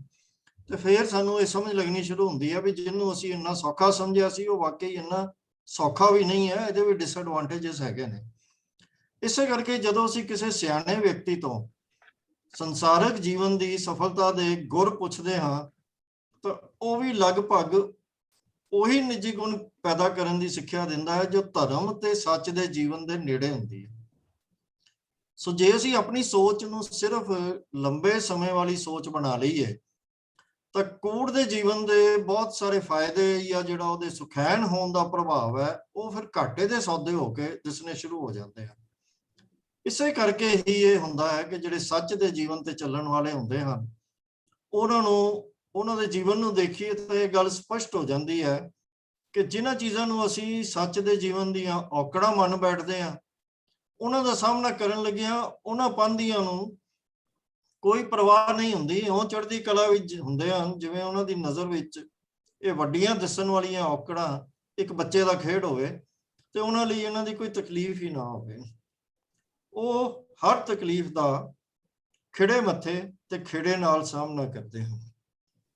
ਐਸਾ ਇਸ ਕਰਕੇ ਹੁੰਦਾ ਹੈ ਕਿ ਜਿਹੜੇ ਸੱਚ ਦੇ ਮਾਰਗ ਤੇ ਤੁਰਦੇ ਹਨ ਉਹ ਇਸ ਕੰਮ ਲਈ ਗੁਰੂ ਦੀ ਟੇਕ ਤੇ ਆਸਰਾ ਲੈਂਦੇ ਹਨ। ਜਿਹੜੀ ਗੱਲ ਆਮ ਮਨੁੱਖ ਵਾਸਤੇ ਤਾਂ ਇੱਕ ਬਿਕਮੋ ਬਿਖਮ ਅਖਾੜਾ ਹੁੰਦਾ ਹੈ, ਉਹ ਗੁਰਬਾਣੀ ਸਮਝਾਉਂਦੀ ਹੈ ਕਿ ਸਰਸੀ ਅੜੇ ਮੇਰੇ ਭਾਈ ਸਭ ਮੀਤਾ ਰਾਮ, ਬਿਖਮੋ ਬਿਖਮ ਅਖਾੜਾ ਮੈਂ ਗੁਰਮਿਲ ਜੀਤਾ ਰਾਮ, ਗੁਰਮਿਲ ਜੀਤਾ ਹਰ ਹਰ ਕੀਤਾ, ਟੂਟੀ ਪੀਤਾ ਭਰਮਗੜਾ, ਪਾਇਆ ਖਜ਼ਾਨਾ ਬਹੁਤ ਨਿਧਾਨਾ, ਸਾਨਤ ਮੇਰੀ ਆਪ ਖੜਾ, ਸੋਈ ਸੋ ਗਿਆਨਾ ਸੋ ਪ੍ਰਧਾਨਾ, ਜੋ ਪ੍ਰਭ ਆਪਣਾ ਕੀਤਾ ਕਹੋ ਨਾਨਕ ਜਾਂ ਵੱਲ ਸੁਆਮੀ, ਤਾਂ ਸਰਸੇ ਭਾਈ ਮੀਤਾ। ਤੋ ਅਸਲ ਵਿੱਚ ਜਿਹੜਾ ਸੱਚ ਦਾ ਜੀਵਨ ਹੈ ਉਹਦਾ ਮਾਰਗ ਔਖਾ ਉਦੋਂ ਹੀ ਹੁੰਦਾ ਜਦੋਂ ਅਸੀਂ ਇਸ ਨੂੰ ਆਪਣੀ ਮੱਤ ਦੇ ਸਹਾਰੇ ਜੀਣ ਦੀ ਕੋਸ਼ਿਸ਼ ਕਰਦੇ ਹਾਂ।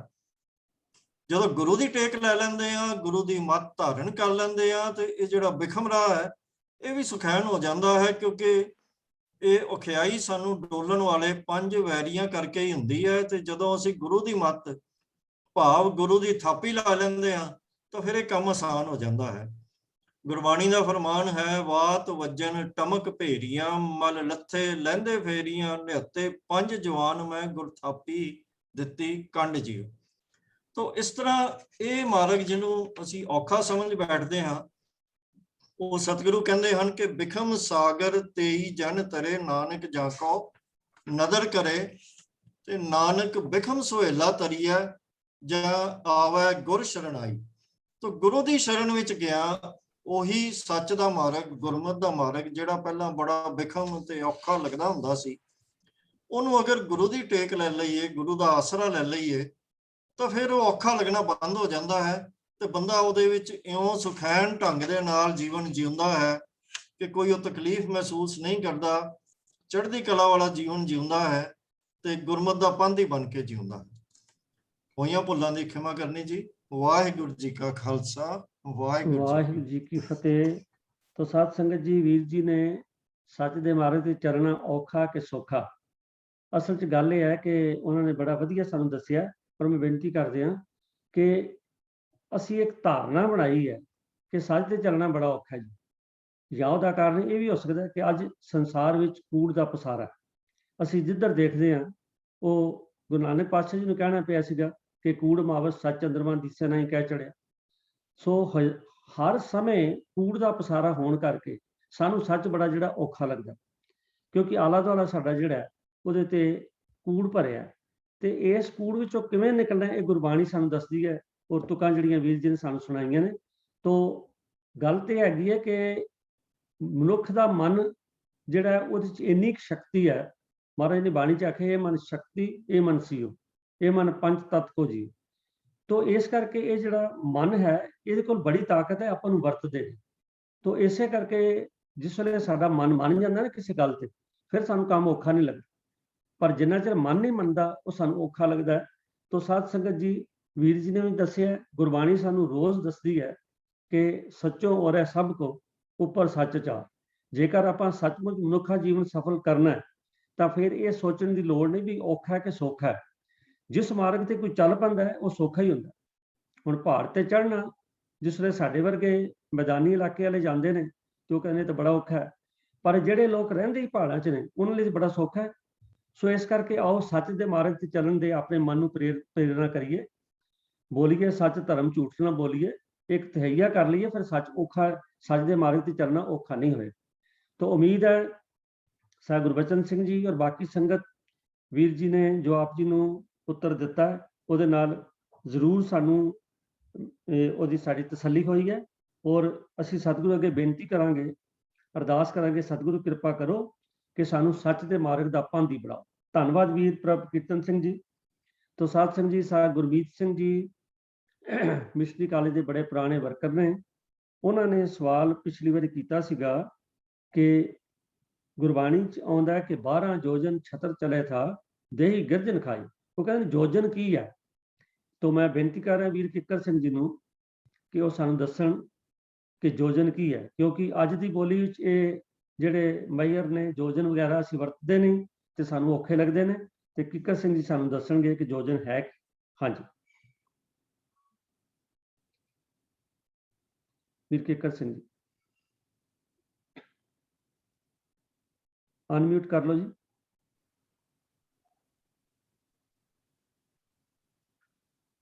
मैनूं लगदा है शायद उन्हां दे एक्शन कट नहीं है तो सही। हाँ जी कोई समस्या लगती है। चलो जिन्ना चिर वीर किक्कर हाँ जी, सिंह जी वीर जी साहब, आवाज आ गई। हाँ जी आ जाओ। हाँ जी, वाहिगुरू जी का खालसा वाहिगुरू जी की वाहिगुरू फतेह जी जी। की फतेह। हाँ जी वीर जी, ਜਿਹੜਾ ਅੱਜ ਦਾ ਸਵਾਲ ਹੈ ਜੋਜਨ ਬਾਰੇ, ਜਿੱਥੋਂ ਜੀ। ਇਹ ਸ਼ਬਦ ਲਿਆ ਗਿਆ ਹੈ, ਆਪਾਂ ਥੋੜੀ ਜਿਹੀ ਉਹਦੀ ਬੈਕਗ੍ਰਾਉਂਡ ਦੇ ਵਿੱਚ ਮੈਂ ਦੱਸਣਾ ਚਾਹੁੰਦਾ। ਇਹ ਧਨਾਸਰੀ ਰਾਗ ਦੇ ਵਿੱਚ ਬਾਣੀ ਭਗਤ ਨਾਮਦੇਵ ਜੀ ਕੀ ਇੱਕ ਓंकार सतगुर प्रसाद, गहरी करके नीम खुदाई ऊपर मंडप छाए, मार कंडे ते को अधकाई, जिन तरण धर मूंड बुलाई, हमरो करता राम स्नेही, काए रे नर गर्भ करत हो, बिन सजाए झूठी देही। रहाओ, ਆਪਾਂ ਨੂੰ ਰਹਾਓ ਦੇ ਪਦ ਨਾਲ ਮਤਲਬ ਹੈ ਜੀ ਵੀ ਇਹ ਜੀਵ, ਭਗਤ ਨਾਮਦੇਵ ਜੀ ਕਹਿੰਦੇ ਆ ਵੀ ਇਹ ਜੀਵ ਤੂੰ ਅਹੰਕਾਰ ਤੋਂ ਬਚ, ਤੂੰ ਗਰਭ ਤੋਂ ਬਚ, ਹਉਮੈ ਨਾ ਕਰ। ਜੇਕਰ ਜੀਵ ਹਉਮੈ ਕਰਦਾ ਹੈ ਤਾਂ ਫਿਰ ਉਹਦਾ ਹਸ਼ਰ ਕੀ ਹੁੰਦਾ ਹੈ। ਸੋ ਭਗਤ ਨਾਮਦੇਵ ਜੀ ਨੇ 2-3 ਉਦਾਹਰਨਾਂ ਦੇ ਕੇ ਸਮਝਾਇਆ। ਉਹ ਆਪਾਂ ਥੋੜੀ ਜਿਹੀ ਕੇਵਲ ਟੂਕ ਮਾਤਰ ਵਿਚਾਰ ਕਰਨੀ ਆ। ਮੇਰੀ ਮੇਰੀ ਕਹਿਰੋਂ ਕਰਤੇ ਦੁਰਯੋਧਨ ਸੇ ਭਾਈ, 12 जोजन छतर चले था देही गिरजन खाई। सो ये ਜਿਹੜਾ ਸ਼ਬਦ ਆਇਆ ਹੈ, ਇਹ 11ਵਾਂ ਪਾਂਡਵਾਂ ਦੀ ਜੋ ਕਥਾ ਪੁਰਾਤਨ ਚੱਲੀ ਆ ਰਹੀ ਹੈ ਉਹਦੀ ਉਦਾਹਰਨ ਦਿੱਤੀ ਹੈ ਜੀ। ਤੇ ਮਤਲਬ ਜਿਹੜਾ ਦੁਰਯੋਧਨ ਸੀ ਉਹ ਬੜਾ ਹੰਕਾਰੀ ਪੁਰਸ਼ ਸੀਗਾ, ਉਹ ਉਸ ਸਮੇਂ ਉੱਥੋਂ ਦਾ ਰਾਜਾ ਵੀ ਸੀਗਾ, ਤੇ ਜਿਹੜਾ ਉਹਦਾ ਲਾਮੋ ਲਸ਼ਕਰ ਸੀ ਉਹ ਬਹੁਤ ਵੱਡਾ ਸੀ। ਤੇ ਭਗਤ ਨਾਮਦੇਵ ਜੀ ਕਹਿੰਦੇ ਆ ਵੀ ਜਿਹੜਾ ਉਹਦਾ ਲਾਮ ਲਸ਼ਕਰ ਸੀ, ਭਾਵ ਫੌਜ ਸੀ, ਉਹ ਤਕਰੀਬਨ 12 ਜੋਜਨ ਵਿੱਚ ਚੱਲਦਾ ਸੀ। ਸੋ ਆਪਾਂ 12 ਜੋਜਨ ਦੀ ਵਿਸਤਾਰ ਥੋੜੀ ਜੀ ਜੇਕਰ ਕਰੀਏ ਤਾਂ ਇੱਕ ਜੋਜਨ ਜਿਹੜਾ ਆਮ ਤੌਰ ਤੇ 4 ਕੋਹ ਦੇ ਬਰਾਬਰ ਮੰਨਿਆ ਜਾਂਦਾ, ਜੋ ਪੁਰਾਣੇ ਸਮਿਆਂ ਦੇ ਵਿੱਚ ਪੈਮਾਨਾ ਸੀਗਾ। ਇੱਕ ਜੋਜਨ 4 ਕੋਹ, ਆਮ ਤੌਰ ਤੇ ਜਿਹੜੀ ਇੱਕ ਕੋਹ ਹੈ ਉਹ 4000 ਗਜ ਦੇ ਬਰਾਬਰ ਮੰਨੀ ਜਾਂਦੀ ਸੀ। 12 ਜੋਜਨ ਤੋਂ ਭਾਵ 48 ਕੋਹ ਹੋ ਗਿਆ ਜੀ, ਕੋਹ ਜਾਂ ਕੋਸ, ਕਿਉਂਕਿ ਹਿੰਦੀ ਵਾਲੇ ਸ਼ਾਇਦ ਕੋਹ ਨਾ ਸਮਝਣ। 48 ਕੋਹ ਜਾਂ ਕੋਸ। ਇਸ ਤਰ੍ਹਾਂ ਜਿਹੜੀ ਇੱਕ ਕੋਹ ਜਾਂ ਇੱਕ ਕੋਸ ਹੈ ਇਹ ਤਕਰੀਬਨ 3.56 ਕਿਲੋਮੀਟਰ ਬਣ ਜਾਂਦਾ ਜੀ। ਇਹਦਾ ਇੱਕ ਕੋਹ ਜਾਂ ਕੋਸ 3.56 ਕਿਲੋਮੀਟਰ ਟੈਂਟੇਟਿਵ ਫਿਗਰ ਜੀ ਇਹ ਬਣ ਜਾਂਦੀ ਹੈ। ਤੇ ਜਿਹੜਾ ਇੱਕ ਜੋਜਨ ਹੈ ਇਸ ਤਰ੍ਹਾਂ 14.24 ਕਿਲੋਮੀਟਰ ਬਣ ਜਾਂਦਾ, ਜਾਂ ਆਪਾਂ ਇਉਂ ਕਹਿ ਸਕਦੇ ਹਾਂ ਵੀ 14.25 ਤਕਰੀਬਨ 14.25 ਕਿਲੋਮੀਟਰ ਅੰਦਾਜ਼ਾ ਜਾਂ ਇਹਦੀ ਲੰਬਾਈ ਬਣ ਗਈ। ਇਸ ਤਰ੍ਹਾਂ 12 ਜੋਜਨ ਆ ਜਿਹੜਾ 14.24 ਤੇ 12 ਨਾਲ ਜਦੋਂ ਗੁਣਾ ਕਰਦੇ ਆ ਤਾਂ 170 ਤਕਰੀਬਨ ਕਿਲੋਮੀਟਰ ਬਣ ਜਾਂਦਾ। ਪਰ ਜਿਹੜੀ ਫੌਜ ਹੁੰਦੀ ਹੈ ਕਦੇ ਵੀ ਇੱਕ ਦੇ ਪਿੱਛੇ ਇੱਕ ਨਹੀਂ ਚੱਲਦੀ, ਜਿਵੇਂ ਕੂੰਜਾਂ ਜਾਂ ਆਪਾਂ ਕੀੜੀਆਂ ਦੇਖਦੇ ਹਾਂ, ਜਾਂ ਕਈ ਵਾਰੀ ਹੋਰ ਕੁਝ ਜੀਵ ਹੈ ਉਹ ਇੱਕ ਦੇ ਮਗਰ ਇੱਕ ਚੱਲਦਾ। ਲੇਕਿਨ ਜਿਹੜੀ ਫੌਜ ਹੈ ਉਹ ਫੈਲਾਓ ਦੇ ਵਿੱਚ ਚੱਲਦੀ ਹੈ, ਭਾਵ ਜਿਹੜਾ ਰਾਜਾ ਵਿਚਕਾਰ ਹੁੰਦਾ, ਕੁਛ ਫੌਜ ਉਹਦੇ ਅੱਗੇ ਹੁੰਦੀ ਹੈ, ਕੁਛ ਫੌਜ ਉਹਦੇ ਪਿੱਛੇ ਹੁੰਦੀ ਹੈ, ਕੁਛ ਸੱਜੇ ਹੁੰਦੀ ਹੈ, ਕੁਛ ਖੱਬੇ ਹੁੰਦੀ ਆ। ਜੇਕਰ ਇੱਕ ਸ਼ਹਿਰ ਨੂੰ ਵੀ ਘੇਰਾ ਪਾਉਣਾ ਹੈ ਤਾਂ ਉਹ ਜਿਹੜੀ ਫੌਜ ਆ ਵੱਖ-ਵੱਖ ਰਸਤਿਆਂ ਤੋਂ ਸ਼ਹਿਰ ਦੇ ਵਿੱਚ ਦਾਖਲ ਹੁੰਦੀ ਆ। ਇਸ ਤਰ੍ਹਾਂ ਹੀ ਜਦੋਂ ਅਸੀਂ ਬਾਬਾ ਬੰਦਾ ਸਿੰਘ ਬਹਾਦਰ ਨੂੰ ਘੇਰਾ ਪਾਇਆ ਗਿਆ ਤਾਂ ਹਵੇਲੀ ਨੂੰ 4 ਚੁਫੇਰਿਓਂ ਘੇਰਾ ਪਾਇਆ ਗਿਆ। ਇਹਦਾ ਭਾਵ ਇਹ ਹੈ ਵੀ ਫੌਜ ਮਤਲਬ ਫੈਲਾਓ ਦੇ ਵਿੱਚ ਚੱਲਦੀ ਹੈ, ਕਦੇ ਵੀ ਇੱਕ ਰਸਤੇ ਤੇ ਨਹੀਂ ਚੱਲਦੀ। ਸੋ ਇਸ ਤਰ੍ਹਾਂ ਜੇਕਰ ਵਿਚਾਰ ਕਰੀਏ ਤਾਂ ਇਹ ਅੰਦਾਜ਼ਾ ਜਾ ਵੀ 13 ਬਾਈ 13 ਕਿਲੋਮੀਟਰ, ਜਾਣੀ ਕੋ ਸੱਜੇ ਕੁਛ ਖੱਬੇ ਕੁਛ ਅੱਗੇ ਕੁਛ ਪਿੱਛੇ ਹੋਣੀ ਆ ਫੌਜ, ਇਹ ਵੀ ਉਹ 13 ਬਾਈ 13 ਕਿਲੋਮੀਟਰ ਅੰਦਾਜ਼ਾ ਜਾ ਬਣਦੀ ਅੱਜ ਦੇ ਮੁਤਾਬਕ ਜਿਹੜਾ ਉਹਦਾ ਫੈਲਾਓ ਸੀ। ਸੋ 1 ਯੋਜਨ ਦਾ ਮਤਲਬ ਇਹ 12 ਯੋਜਨ ਦਾ ਮਤਲਬ ਇਹੀ ਹੈ ਵੀ ਜੇਕਰ ਇਹਦੀ ਲੰਬਾਈ ਲਵਾਂਗੇ ਤਾਂ ਫਿਰ ਬਠਿੰਡੇ ਤੋਂ ਪਟਿਆਲੇ ਤੱਕ ਤਕਰੀਬਨ 165 ਕਿਲੋਮੀਟਰ ਬਣ ਜਾਂਦੇ ਆ ਜੀ, ਤੇ ਇਸ ਤੋਂ ਵੀ ਵੱਧ ਲੰਬਾਈ ਬਣ ਜਾਂਦੀ ਹੈ। ਸੋ ਮੇਰਾ ਵਿਚਾਰ ਇਹ ਹੈ ਵੀ ਇਹ 13 ਬਾਈ 13 ਜਾਣੀ ਅੰਦਾਜ਼ਾ 12 ਵੀ ਹੋ ਸਕਦਾ, 13 ਵੀ ਹੋ ਸਕਦਾ, 14 ਵੀ ਹੋ ਸਕਦਾ। ਕੁਝ ਫੌਜ ਸੱਜੇ ਹੁੰਦੀ ਹੈ, ਕੁਛ ਖੱਬੇ ਹੁੰਦੀ ਹੈ, ਕੁਛ ਅੱਗੇ ਹੁੰਦੀ ਹੈ, ਕੁਛ ਪਿੱਛੇ ਹੁੰਦੀ ਹੈ। ਇਸ ਤਰ੍ਹਾਂ ਉਹ ਫੈਲਾਓ ਦੇ ਵਿੱਚ ਚੱਲਦੀ ਹੈ ਜੀ। ਤੇ 12 ਯੋਜਨ ਤੋਂ ਭਾਵ ਇਹੀ ਹੈ। ਵਾਹਿਗੁਰੂ ਜੀ ਕਾ ਖਾਲਸਾ, ਵਾਹਿਗੁਰੂ ਜੀ ਕੀ ਫਤਿਹ। ਫਤਿਹ। ਵੀਰ ਜੀ ਨੇ ਪਹਾੜਿਆਂ ਦੇ ਨਾਲ ਸਾਨੂੰ ਸਮਝਾਤਾ, ਦੱਸਿਆ ਯੋਜਨ ਕੀ ਹੈ। ਅਸਲ 'ਚ ਇੱਕ ਮਾਈਰਿੰਗ ਹੈਗਾ।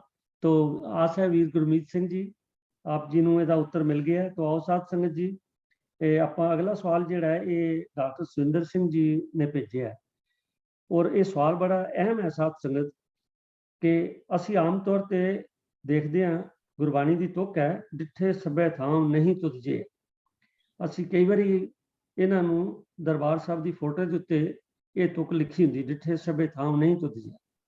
ਤੇ ਇਹਦਾ ਪ੍ਰਭਾਵ ਕੀ ਜਾਂਦਾ ਹੈ? ਜਾਂ ਵੀਰ ਜੀ ਇਹ ਪੁੱਛਦੇ ਨੇ, ਡਾਕਟਰ ਸਾਹਿਬ ਪੁੱਛ ਰਹੇ ਨੇ ਕਿ ਆਇਆ ਡਿੱਠੇ ਸਭੇ ਥਾਮ ਜਿਹੜਾ ਹੈ ਇਹ ਅੰਮ੍ਰਿਤਸਰ ਸ਼ਹਿਰ ਲਈ ਲਿਖਿਆ ਜਾਂ ਇਹਦਾ ਕੋਈ ਹੋਰ ਅਰਥ ਹੈ?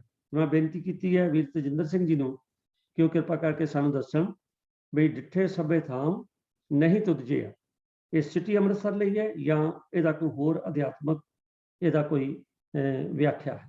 ਹਾਂਜੀ ਤੇਜਿੰਦਰ ਸਿੰਘ। ਵਾਹਿਗੁਰੂ ਜੀ ਕਾ ਖਾਲਸਾ, ਵਾਹਿਗੁਰੂ ਜੀ ਕੀ ਫਤਿਹ।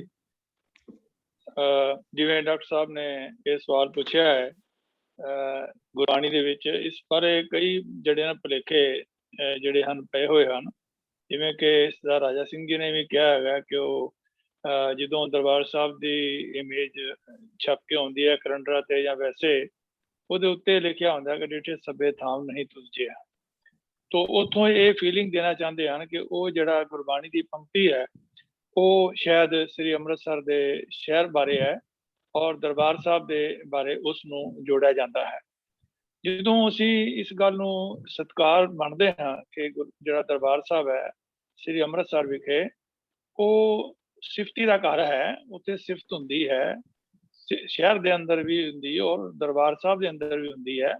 ਤੋ ਅਸੀਂ ਉਸ ਦਾ ਸਤਿਕਾਰ ਕਰਦੇ ਹਾਂ, ਸਾਡਾ ਕੇਂਦਰੀ ਸਥਾਨ ਹੈ। ਲੇਕਿਨ ਜਦੋਂ ਅਸੀਂ ਗੁਰਬਾਣੀ ਦੇ ਅਰਥਾਂ ਨੂੰ ਦੇਖਦੇ ਹਾਂ ਤਾਂ ਗੁਰਬਾਣੀ ਦੇ ਅਰਥ ਸਾਨੂੰ ਜਿਹੜੇ ਇਸ ਬਾਰੇ ਸੇਧ ਦਿੰਦੇ ਹਨ, ਉਸ ਦੀ ਸਾਨੂੰ ਵਿਚਾਰ ਕਰਨ ਦੀ ਲੋੜ ਹੈ। ਡਿੱਠੇ ਸਭੇ ਥਾਮ ਨਹੀਂ ਤੁਧਜੇ, ਇਹ ਫੁਨਹ ਬਾਣੀ ਜੋ ਸ੍ਰੀ ਗੁਰੂ ਗ੍ਰੰਥ ਸਾਹਿਬ ਦੇ ਵਿੱਚ ਦਰਜ ਹੈ, ਉਹਦੇ 1362 ਅੰਕ ਦੇ ਉੱਤੇ ਇਹ ਮਹਲਾ ਪੰਜਵੇਂ ਪਾਤਸ਼ਾਹ ਦੀ ਬਾਣੀ ਹੈ, ਜਿਹਦੇ ਅੰਦਰ ਇਹ ਸ਼ਬਦ ਜਿਹੜਾ ਹੈ ਅੰਕਿਤ ਹੈ। ਸੋ ਡਿੱਠੇ ਸਭੇ ਥਾਮ ਨਹੀਂ ਤੁਧਜੇ, ਬੱਧੋ ਪੁਰਖ ਵਿਦਾਤੇ ਤਾਂ ਤੂੰ ਸੋਇਆ, ਵਸਦੀ ਸੰਗਨ ਅਪਾਰ ਅਨੂਪ ਰਾਮਦਾਸਪੁਰ, ਹਰ ਹਾਂ ਨਾਨਕ ਕਸ ਮਲ ਜਾਏ ਨਾਈਏ ਰਾਮਦਾਸ ਸਰ। ਇਸ ਸ਼ਬਦ ਦੀ ਜਦੋਂ ਅਸੀਂ ਵਿਚਾਰ ਕਰਦੇ ਹਾਂ ਤਾਂ ਸਾਨੂੰ ਇੱਕ ਗੱਲ ਸਪਸ਼ਟ ਨਜ਼ਰ ਆਉਂਦੀ ਹੈ ਕਿ ਇੱਥੇ ਜਦੋਂ ਵੀ ਰਾਮਦਾਸਪੁਰ ਦੀ ਗੱਲ ਆਉਂਦੀ ਹੈ ਜਾਂ ਰਾਮਦਾਸ ਸਰ ਦੀ ਗੱਲ ਆਉਂਦੀ ਹੈ, ਜੋ ਉਦੋਂ ਇਹ ਆਮ ਤੌਰ ਤੇ ਭੁਲੇਖਾ ਲਗਾਇਆ ਜਾਂਦਾ ਹੈ ਕਿ ਸ਼ਾਇਦ ਜਿਹੜਾ ਸਰੋਵਰ ਹੈ ਦਰਬਾਰ ਸਾਹਿਬ ਦੇ ਆਲੇ ਦੁਆਲੇ, ਉਸ ਦਾ ਮਤਲਬ ਰਾਮਦਾਸ ਸਰ ਦੇ ਨਾਲ ਹੈ, ਔਰ ਜਦੋਂ ਉਹਦੇ ਨਾਲ ਪੁਰ ਆਉਂਦਾ ਹੈ ਤਾਂ ਉਹਦਾ ਮਤਲਬ ਸ਼ਾਇਦ ਸ੍ਰੀ ਅੰਮ੍ਰਿਤਸਰ ਸਾਹਿਬ ਹੈ, ਰਾਮਦਾਸ ਚੱਕ ਰਾਮਦਾਸ ਹੈ। ਤੇ ਅਸੀਂ ਇਸ ਨੂੰ ਗੁਰਬਾਣੀ ਦੀ ਜਿਹੜੀ ਹੈ ਉਹ ਕਸੌਟੀ ਦੇ ਵਿੱਚ ਅਗਰ ਅਸੀਂ ਲਈਏ ਤਾਂ ਅਸੀਂ ਦੇਖਦੇ ਹਾਂ ਕਿ ਰਾਮਦਾਸ ਜਿਹੜਾ ਹੈ, ਸੱਸਾ ਜਿਹੜਾ ਮੁਕਤਾ ਹੈ, ਇਹਦਾ ਮਤਲਬ ਹੈ ਰਾਮ ਦੇ ਦਾਸਾਂ ਦਾ ਜਿਹੜਾ ਹੈ ਸਰੋਵਰ ਹੁੰਦਾ ਹੈ ਔਰ ਰਾਮ ਦੇ ਦਾਸਾਂ ਦਾ ਹੀ ਸ਼ਹਿਰ ਹੁੰਦਾ ਹੈ। ਤੋ ਇਸ ਗੁਰਬਾਣੀ ਦੇ ਜਿਹੜੀ ਅਖੀਰਲਾ ਬੰਦ ਹੈ, ਅਸੀਂ ਉਸ ਤੋਂ ਸੇਧ ਲੈਂਦੇ ਹਾਂ ਕਿ ਹਰ ਹਾਂ ਨਾਨਕ ਕਸ ਮਲ ਜਾਹੇ ਨਾਇਆ ਰਾਮਦਾਸ ਸਰ। ਡਾਕਟਰ ਸਾਹਿਬ ਸਿੰਘ ਜੀ ਨੇ ਇਸ ਦੇ ਜਿਹੜੇ ਸਾਨੂੰ ਅਰਥ ਸਮਝਾਏ ਹਨ ਉਹ ਹੈ ਕਿ हे ਨਾਨਕ, हे ਰਾਮ ਦੇ ਦਾਸਾਂ ਦੇ ਸਰੋਵਰ, ਬ੍ਰੈਕਟ ਚੋਂ ਦਿੱਤਾ ਹੈ ਕਿ हे ਸਤਸੰਗ, ਤੇਰੇ ਵਿੱਚ ਆਤਮਕ ਇਸ਼ਨਾਨ ਕੀਤਿਆਂ ਮਨੁੱਖ ਦੇ ਮਨ ਦੇ ਸਾਰੇ ਪਾਪ ਦੂਰ ਹੋ ਜਾਂਦੇ ਹਨ। ਔਰ ਜਦੋਂ ਅਸੀਂ ਰਾਮਦਾਸ ਸਰ ਦੀ ਗੱਲ ਕਰਦੇ ਹਾਂ ਤਾਂ ਉੱਥੇ ਵੀ ਇਹਦੇ ਸਪਸ਼ਟ ਜਿਹੜੇ ਹਨ ਡਾਕਟਰ ਸਾਹਿਬ ਨੇ ਇਸ ਦਾ ਸਾਧ ਸੰਗਤ ਦੇ ਰੂਪ ਦੇ ਵਿੱਚ ਜਿਹੜੇ ਹਨ ਅਰਥ ਕੀਤੇ ਹਨ। ਔਰ ਇਸ ਤੋਂ ਉੱਪਰਲੀ ਪੰਕਤੀ ਜਦੋਂ ਅਸੀਂ ਲੈਂਦੇ ਹਾਂ, ਡਿਠੇ ਸਭੇ ਥਾਮ ਨਹੀਂ ਤੁਧਜਿਆ, ਤਾਂ ਜਿੱਥੇ ਥਾਮ ਦੀ ਗੱਲ ਆਉਂਦੀ ਹੈ ਤਾਂ ਥਾਮ ਦਾ ਮਤਲਬ ਜਿਹੜਾ ਹੈ ਉਹ ਸ਼ਹਿਰ ਵੀ ਲਿਆ ਜਾਂਦਾ ਹੈ ਔਰ ਸਥਾਨ ਵੀ ਲਿਆ ਜਾਂਦਾ ਹੈ। ਤੋ ਇੱਥੇ ਅਸੀਂ ਜਿਹੜੇ ਅਰਥ ਡਾਕਟਰ ਸਾਹਿਬ ਨੇ ਲਏ ਹਨ ਕਿ ਇਹ ਰਾਮ ਦੇ ਦਾਸਾਂ ਦੇ ਸ਼ਹਿਰ, ਭਾਵ ਜਿਵੇਂ ਰਾਮ ਦੇ ਦਾਸਾਂ ਦਾ ਸਰੋਵਰ ਹੈ ਔਰ ਰਾਮ ਦੇ ਦਾਸਾਂ ਦਾ ਸਰੋਵਰ ਸਾਧ ਸੰਗਤ ਹੈ, ਤੋ ਇਸ ਤਰ੍ਹਾਂ ਹੀ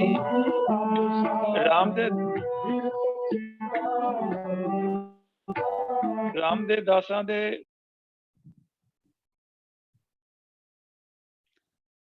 ਤਜਿੰਦਰ ਸਿੰਘ ਤੁਸੀਂ ਅਨਮਿਊਟ ਕਰੋ। ਤਜਿੰਦਰ ਸਿੰਘ ਅਨਮਿਊਟ ਕਰੋ। ਹਾਂਜੀ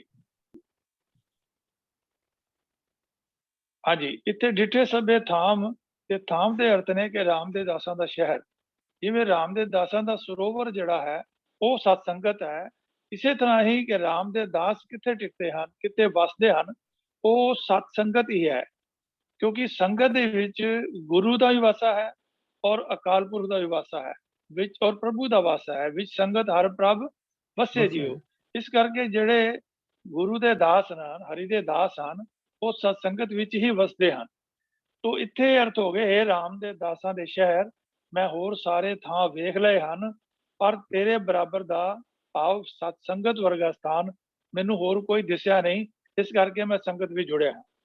ਤੋ ਫਿਰ ਅੱਗੇ ਇਸ ਗੱਲ ਨੂੰ ਦੱਸਦੇ ਹਨ ਕਿ ਉਸ ਸੰਗਤ ਦੀ ਮਹਾਨਤਾ ਕੀ ਹੈ ਕਿ ਬੱਧੋ ਪੁਰਖ ਵਿਦਾਤੇ, ਕਿ ਇਹ ਸਤਸੰਗ ਤੇਰੀ ਨਹੀਂ ਅਕਾਲ ਪੁਰਖ ਸਿਰਜਣਹਾਰ ਨੇ ਆਪ ਰੱਖੀ ਹੋਈ ਹੈ। ਇਸ ਵਾਸਤੇ ਤੇਰੀ ਮਹੱਤਤਾ ਹੈ, ਇਸ ਵਾਸਤੇ ਤੂੰ ਉਸ ਦੇ ਆਤਮਕ ਗੁਣਾਂ ਦੀ ਬਰਕਤ ਨਾਲ ਸੋਹਣਾ ਦਿਸਦਾ ਹੈ। ਜਿੱਥੇ ਸਭੇ ਥਾਂ ਨਹੀਂ ਤੁਧ ਜਿਹਾ ਦਾ ਭਾਵ ਇਹ ਹੈ ਕਿ ਜਿਨੀ ਸਤ ਸੰਗਤ ਦੀ ਜਿਹੜੀ ਮਹਿਮਾ ਹੈ, ਜਿਵੇਂ ਸਾਨੂੰ ਪੰਚਮ ਪਾਤਸ਼ਾਹ ਨੇ ਵੀ ਕਿਹਾ ਕਿ ਮਿਲ ਸਾਧ ਸੰਗਤ, ਮਿਲ ਸਾਧ ਸੰਗਤ ਭਜ ਕੇਵਲ ਨਾਮ ਦਾ ਸਿਮਰਨ ਵੀ ਸਾਧ ਸੰਗਤ ਵਿੱਚ ਕਰਨ ਦੀ ਸਾਨੂੰ ਆਗਿਆ ਜਿਹੜੀ ਹੈ ਬਖਸ਼ਿਸ਼ ਕੀਤੀ ਹੈ ਮਹਾਰਾਜ ਨੇ। ਤੋ ਕਹਿੰਦੇ ਹਨ ਕਿ ਹੇ ਸਤਸੰਗ ਤੇਰੀ ਨੀ ਅਕਾਲ ਪੁਰਖ ਸਿਰਜਣਹਾਰ ਨੇ ਆਪ ਰੱਖੀ ਹੋਈ ਹੈ, ਇਸ ਵਾਸਤੇ ਤੂੰ ਉਸਦੇ ਆਤਮਕ ਗੁਣਾਂ ਦੀ ਬਰਕਤ ਨਾਲ ਸੋਹਣਾ ਦਿਸਦਾ ਰਿਹਾ ਹੈ। ਤੋ ਫਿਰ ਹੈ ਵਸਦੀ ਸੰਗਨ ਅਪਾਰ ਅਨੂਪ ਰਾਮਦਾਸ ਤੋਂ, ਜਿਸ ਤੋਂ ਆਮ ਤੌਰ ਤੇ ਜਿਹੜੇ ਲੋਕ ਭੁਲੇਖਾ ਖਾਂਦੇ ਹਨ ਕਿ ਸ਼ਾਇਦ ਜਿਹੜਾ ਬੜੀ ਡੈਂਸਲੀ ਪਾਪੂਲੇਟਡ ਅੰਮ੍ਰਿਤਸਰ ਸ਼ਹਿਰ ਹੈ, ਸ਼ਹਿਰ ਉਸ ਵਾਸਤੇ ਪੰਜਮ ਪਾਤਸ਼ਾਹ ਨੇ ਲਿਖਿਆ ਹੈ। ਲੇਕਿਨ ਜਦੋਂ ਅਸੀਂ ਇਹਨਾਂ ਦੇ ਅਰਥਾਂ ਵੱਲ ਜਾਂਦੇ ਹਾਂ ਤਾਂ ਉਸ ਸੰਗਤ ਦੀ ਗੱਲ ਹੈ ਕਿ ਸੰਗਤ ਵਿੱਚ ਜਿਹੜੀ ਵੀ ਜੁੜੀ ਹੁੰਦੀ ਹੈ, ਅਗਰ ਅਸੀਂ ਵੈਸੇ ਵੀ ਅਸੀਂ ਦੇਖਦੇ ਹਾਂ ਕਿ ਸੰਗਤ ਭਰਪੂਰ ਹੁੰਦੀ ਹੈ, ਜਿਸ ਵੇਲੇ ਦੀਵਾਨ ਸਜੇ ਹੁੰਦੇ ਨੇ, ਸੰਗਤਾਂ ਜਿਹੜੀਆਂ ਹਨ ਭਰਪੂਰ ਉੱਥੇ ਬੈਠੀਆਂ ਹੁੰਦੀਆਂ ਹਨ, ਤੇ ਉਸ ਦਾ ਇੱਥੇ ਜ਼ਿਕਰ ਕਰ ਰਹੇ ਹਨ ਕਿ ਇਹ ਰਾਮ ਦੇ ਦਾਸਾਂ ਦੇ ਸ਼ਹਿਰ ਸਤਸੰਗ, ਜਿਹੜੀ ਪਹਿਲੇ ਵੀ ਬੱਧੋ ਪੁਰਖ ਵਿਦਾਤੇ ਦੀ ਗੱਲ ਕੀਤੀ ਹੈ। ਇਹ ਰਾਮ ਦੇ ਦਾਸਾਂ ਦੇ ਸ਼ਹਿਰ ਹੈ ਸਤਸੰਗ, ਤੇਰੇ ਅੰਦਰ ਉੱਚੇ ਆਤਮਕ ਗੁਣਾਂ ਦੀ ਵਸੋਂ ਬਹੁਤ ਸੰਘਣੀ ਹੈ, ਬੇਅੰਤ ਹੈ, ਬੇਮਿਸਾਲ ਹੈ, ਵਸ ਦੀ ਸੰਗਨ ਅਪਾਰ ਅਨੂਪ ਰਾਮਦਾਸਪੁਰ। ਹਰ ਹਾਂ ਨਾਨਕ ਕਸਮਲ ਜਾਹੇ ਨਾਇਆ ਰਾਮਦਾਸ ਸਰ। ਇਹ ਨਾਨਕ, ਇਹ ਰਾਮ ਦੇ ਦਾਸਾਂ ਦੇ ਸਰੋਵਰ, ਇਹ ਸਤਸੰਗ ਤੇਰੇ ਵਿੱਚ ਆਤਮਕ ਇਸ਼ਨਾਨ ਕੀਤਿਆਂ ਮਨੁੱਖ ਦੇ ਮਨ ਦੇ ਸਾਰੇ ਪਾਪ ਦੂਰ ਹੋ ਜਾਂਦੇ ਹਨ। ਸੋ ਅਸੀਂ ਇਸ ਵਿਸ਼ੇ ਦੇ ਨਾਲ ਜੁੜਦੀ ਜਿਹੜੀ ਗੱਲ ਹੈ, ਉਹ ਇੱਕ ਇਹ ਪੰਕਤੀ ਜਿਹੜੀ ਹੈ ਉਹ ਸੋਰਠ ਮਹਲਾ ਪੰਜਵਾਂ ਵਿੱਚ ਵੀ ਇਸ ਤਰ੍ਹਾਂ ਹੀ ਅੰਕਿਤ ਹੈ ਕਿ ਰਾਮਦਾਸ ਸਰੋਵਰ ਨਹਾਤੇ। ਉੱਥੇ ਰਾਮਦਾਸ ਦੇ ਸੱਸੇ ਨੂੰ ਸਿਹਾਰੀ ਹੈ, ਤਾਂ ਉਸ ਦਾ ਭਾਵ ਹੈ ਕਿ ਰਾਮ ਦੇ ਦਾਸਾਂ ਦੇ ਸਰੋਵਰ ਵਿੱਚ, ਭਾਵ ਸਤ ਸੰਗਤ ਵਿੱਚ ਜਦੋਂ ਅਸੀਂ ਸਾਧ ਸੰਗ ਮਲ ਲਾਤੀ ਪਾਰ ਬ੍ਰਹਮ ਪਾਏ ਸਾਥੀ, ਜਦੋਂ ਅਸੀਂ ਗੱਲ ਕਰਦੇ ਹਾਂ ਤਾਂ ਉਸ ਸਤ ਸੰਗਤ ਦੇ ਵਿੱਚ ਜਦੋਂ ਇਸ਼ਨਾਨ ਕੀਤਾ ਸੀ ਤਾਂ ਫਿਰ ਕੀ ਹੋ ਗਿਆ, ਸਭ ਲਾਥੇ ਪਾਪ ਕਮਾਤੇ, ਸਾਰੇ ਹੀ ਜਿਹੜੇ ਪਿਛਲੇ ਪਾਪਾਂ ਦੀ ਮੈਲ ਲੈ ਗਈ, ਤੋਂ ਪਾਪ ਜਿਹੜੇ ਕਮਾਤੇ ਹਨ ਉਹ ਖਤਮ ਹੋ ਗਏ, ਉਹ ਸਤ ਸੰਗਤ ਵਿੱਚ ਧੁੱਪ ਗਏ। ਗੁਣ ਗੋਬਿੰਦ ਨਿਤ ਗਾਈਏ ਸਾਧ ਸੰਗ ਮਿਲ ਧਿਆਈਏ, ਭਾਵ ਹੈ ਭਾਈ ਗੁਰੂ ਦੀ ਸੰਗਤ ਵਿੱਚ ਮਿਲ ਕੇ ਪਰਮਾਤਮਾ ਦਾ ਨਾਮ ਸਿਮਰਨਾ ਚਾਹੀਦਾ ਹੈ, ਸਾਧ ਸੰਗ ਮਿਲ ਧਿਆਈਏ, ਸਦਾ ਪ੍ਰਭੂ ਦੀ ਸਿਫਤ ਸਲਾਹ ਦੇ ਗੀਤ ਗਾਣੇ ਚਾਹੀਦੇ ਹਨ। ਤੋ ਇਹ ਜਿਹੜੇ ਹਨ ਵਿਚਾਰ ਜਿਹੜੇ ਹਨ ਆਪ ਜੀ ਦੇ ਸਾਹਮਣੇ ਰੱਖੇ ਹਨ। ਆਸ ਹੈ ਜਿਨ੍ਹਾਂ ਵੀਰਾਂ ਨੇ ਇਹ ਸਵਾਲ ਕੀਤਾ ਹੈ ਉਹਨਾਂ ਨੂੰ ਇਸ ਦਾ ਜਿਹੜਾ ਅਰਥ ਮਿਲ ਗਿਆ ਹੋਵੇਗਾ, ਸਮਝ ਆ ਗਈ ਹੋਵੇਗੀ। ਹੋਈਆਂ ਭੁੱਲਾਂ ਦੀ ਖਿਮਾ ਗੱਜ ਕੇ ਫਤਿਹ ਬੁਲਾਓ ਜੀ। ਵਾਹਿਗੁਰੂ ਜੀ ਕਾ ਵਾਹਿਗੁਰੂ ਜੀ ਕਾ ਖਾਲਸਾ ਖਾਲਸਾ ਵਾਹਿਗੁਰੂ ਜੀ ਵਾਹਿਗੁਰੂ ਜੀ ਕੀ ਕੀ ਫਤਿਹ।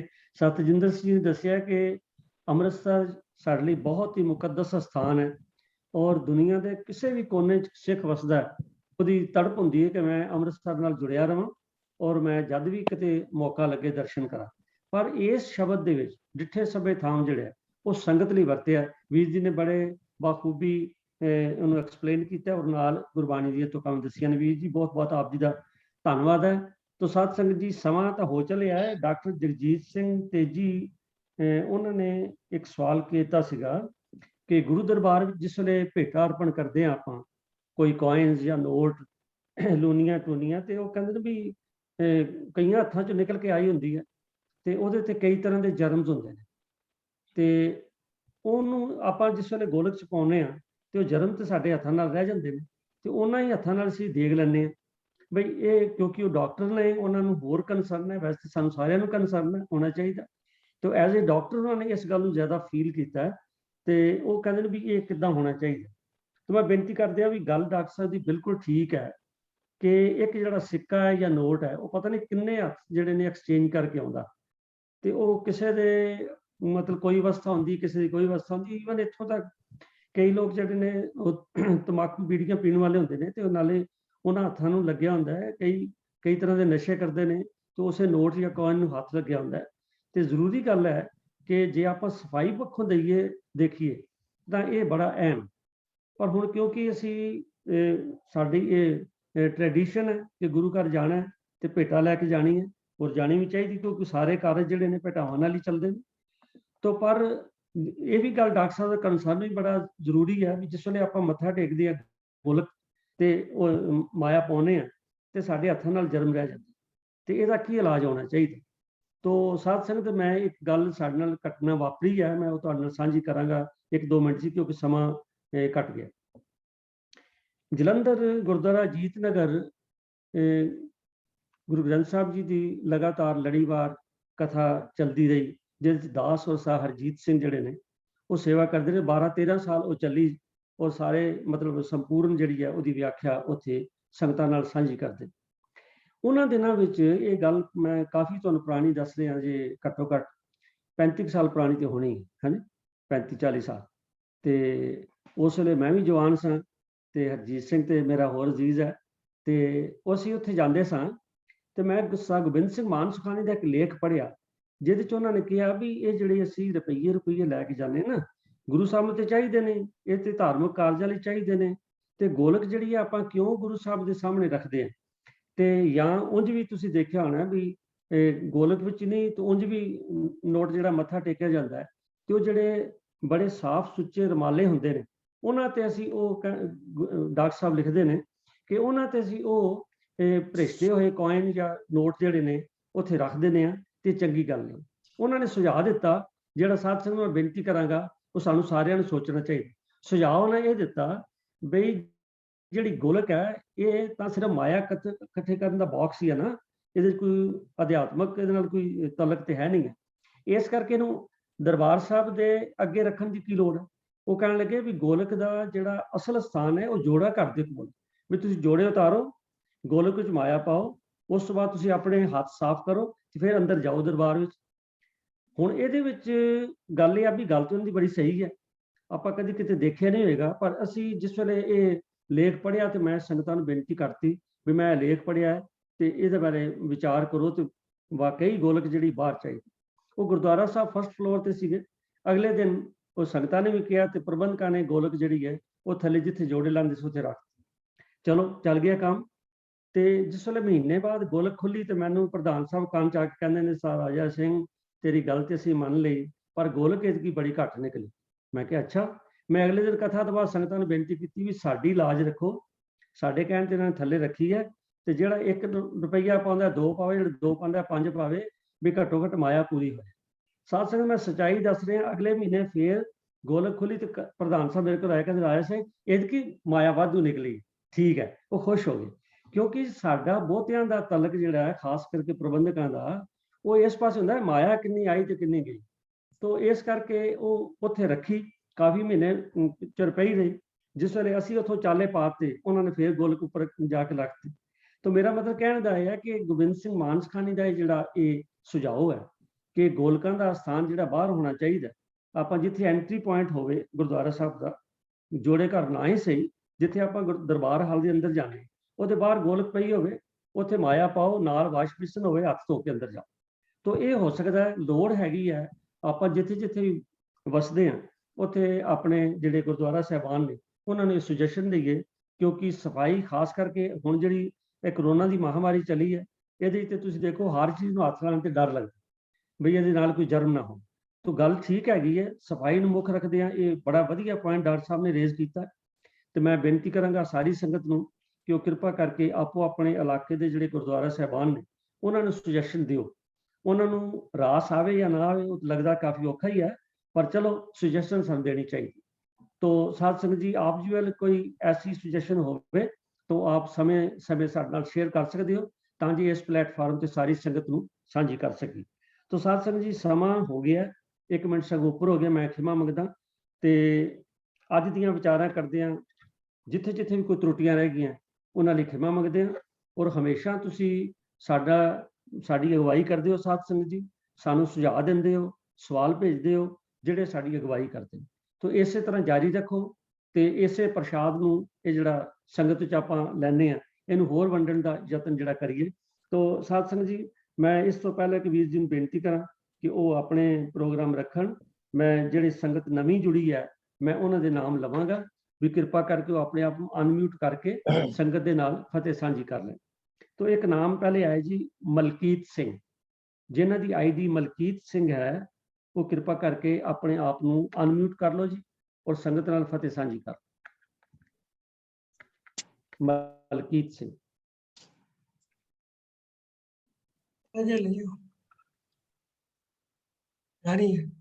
अच्छा जी। एक होर आईडी है परम, मैनूं लगदा वो भी नहीं है, नहीं जी। एक आईडी है करैक्टर जॉनसन, पर मैनूं दिस नहीं रही आईडी वो भी हुण। ते ये 4 नवीं आईडी आई सन, पर मैनूं लगदा भी वो हो सकदा चले गए होण। अगर उन्होंने कोई भी होर वीर भैन जिन्हें अज जिहड़े नवे आए होण, वो अपने आप को अनम्यूट करके संगत नाल फतेह साझी कर सकते हैं। तो इन्हां लफ्ज़ां दे नाल मैं आप सब का धन्नवाद करदा जी। वाहिगुरू जी का खालसा, वाहिगुरू जी की फतेह।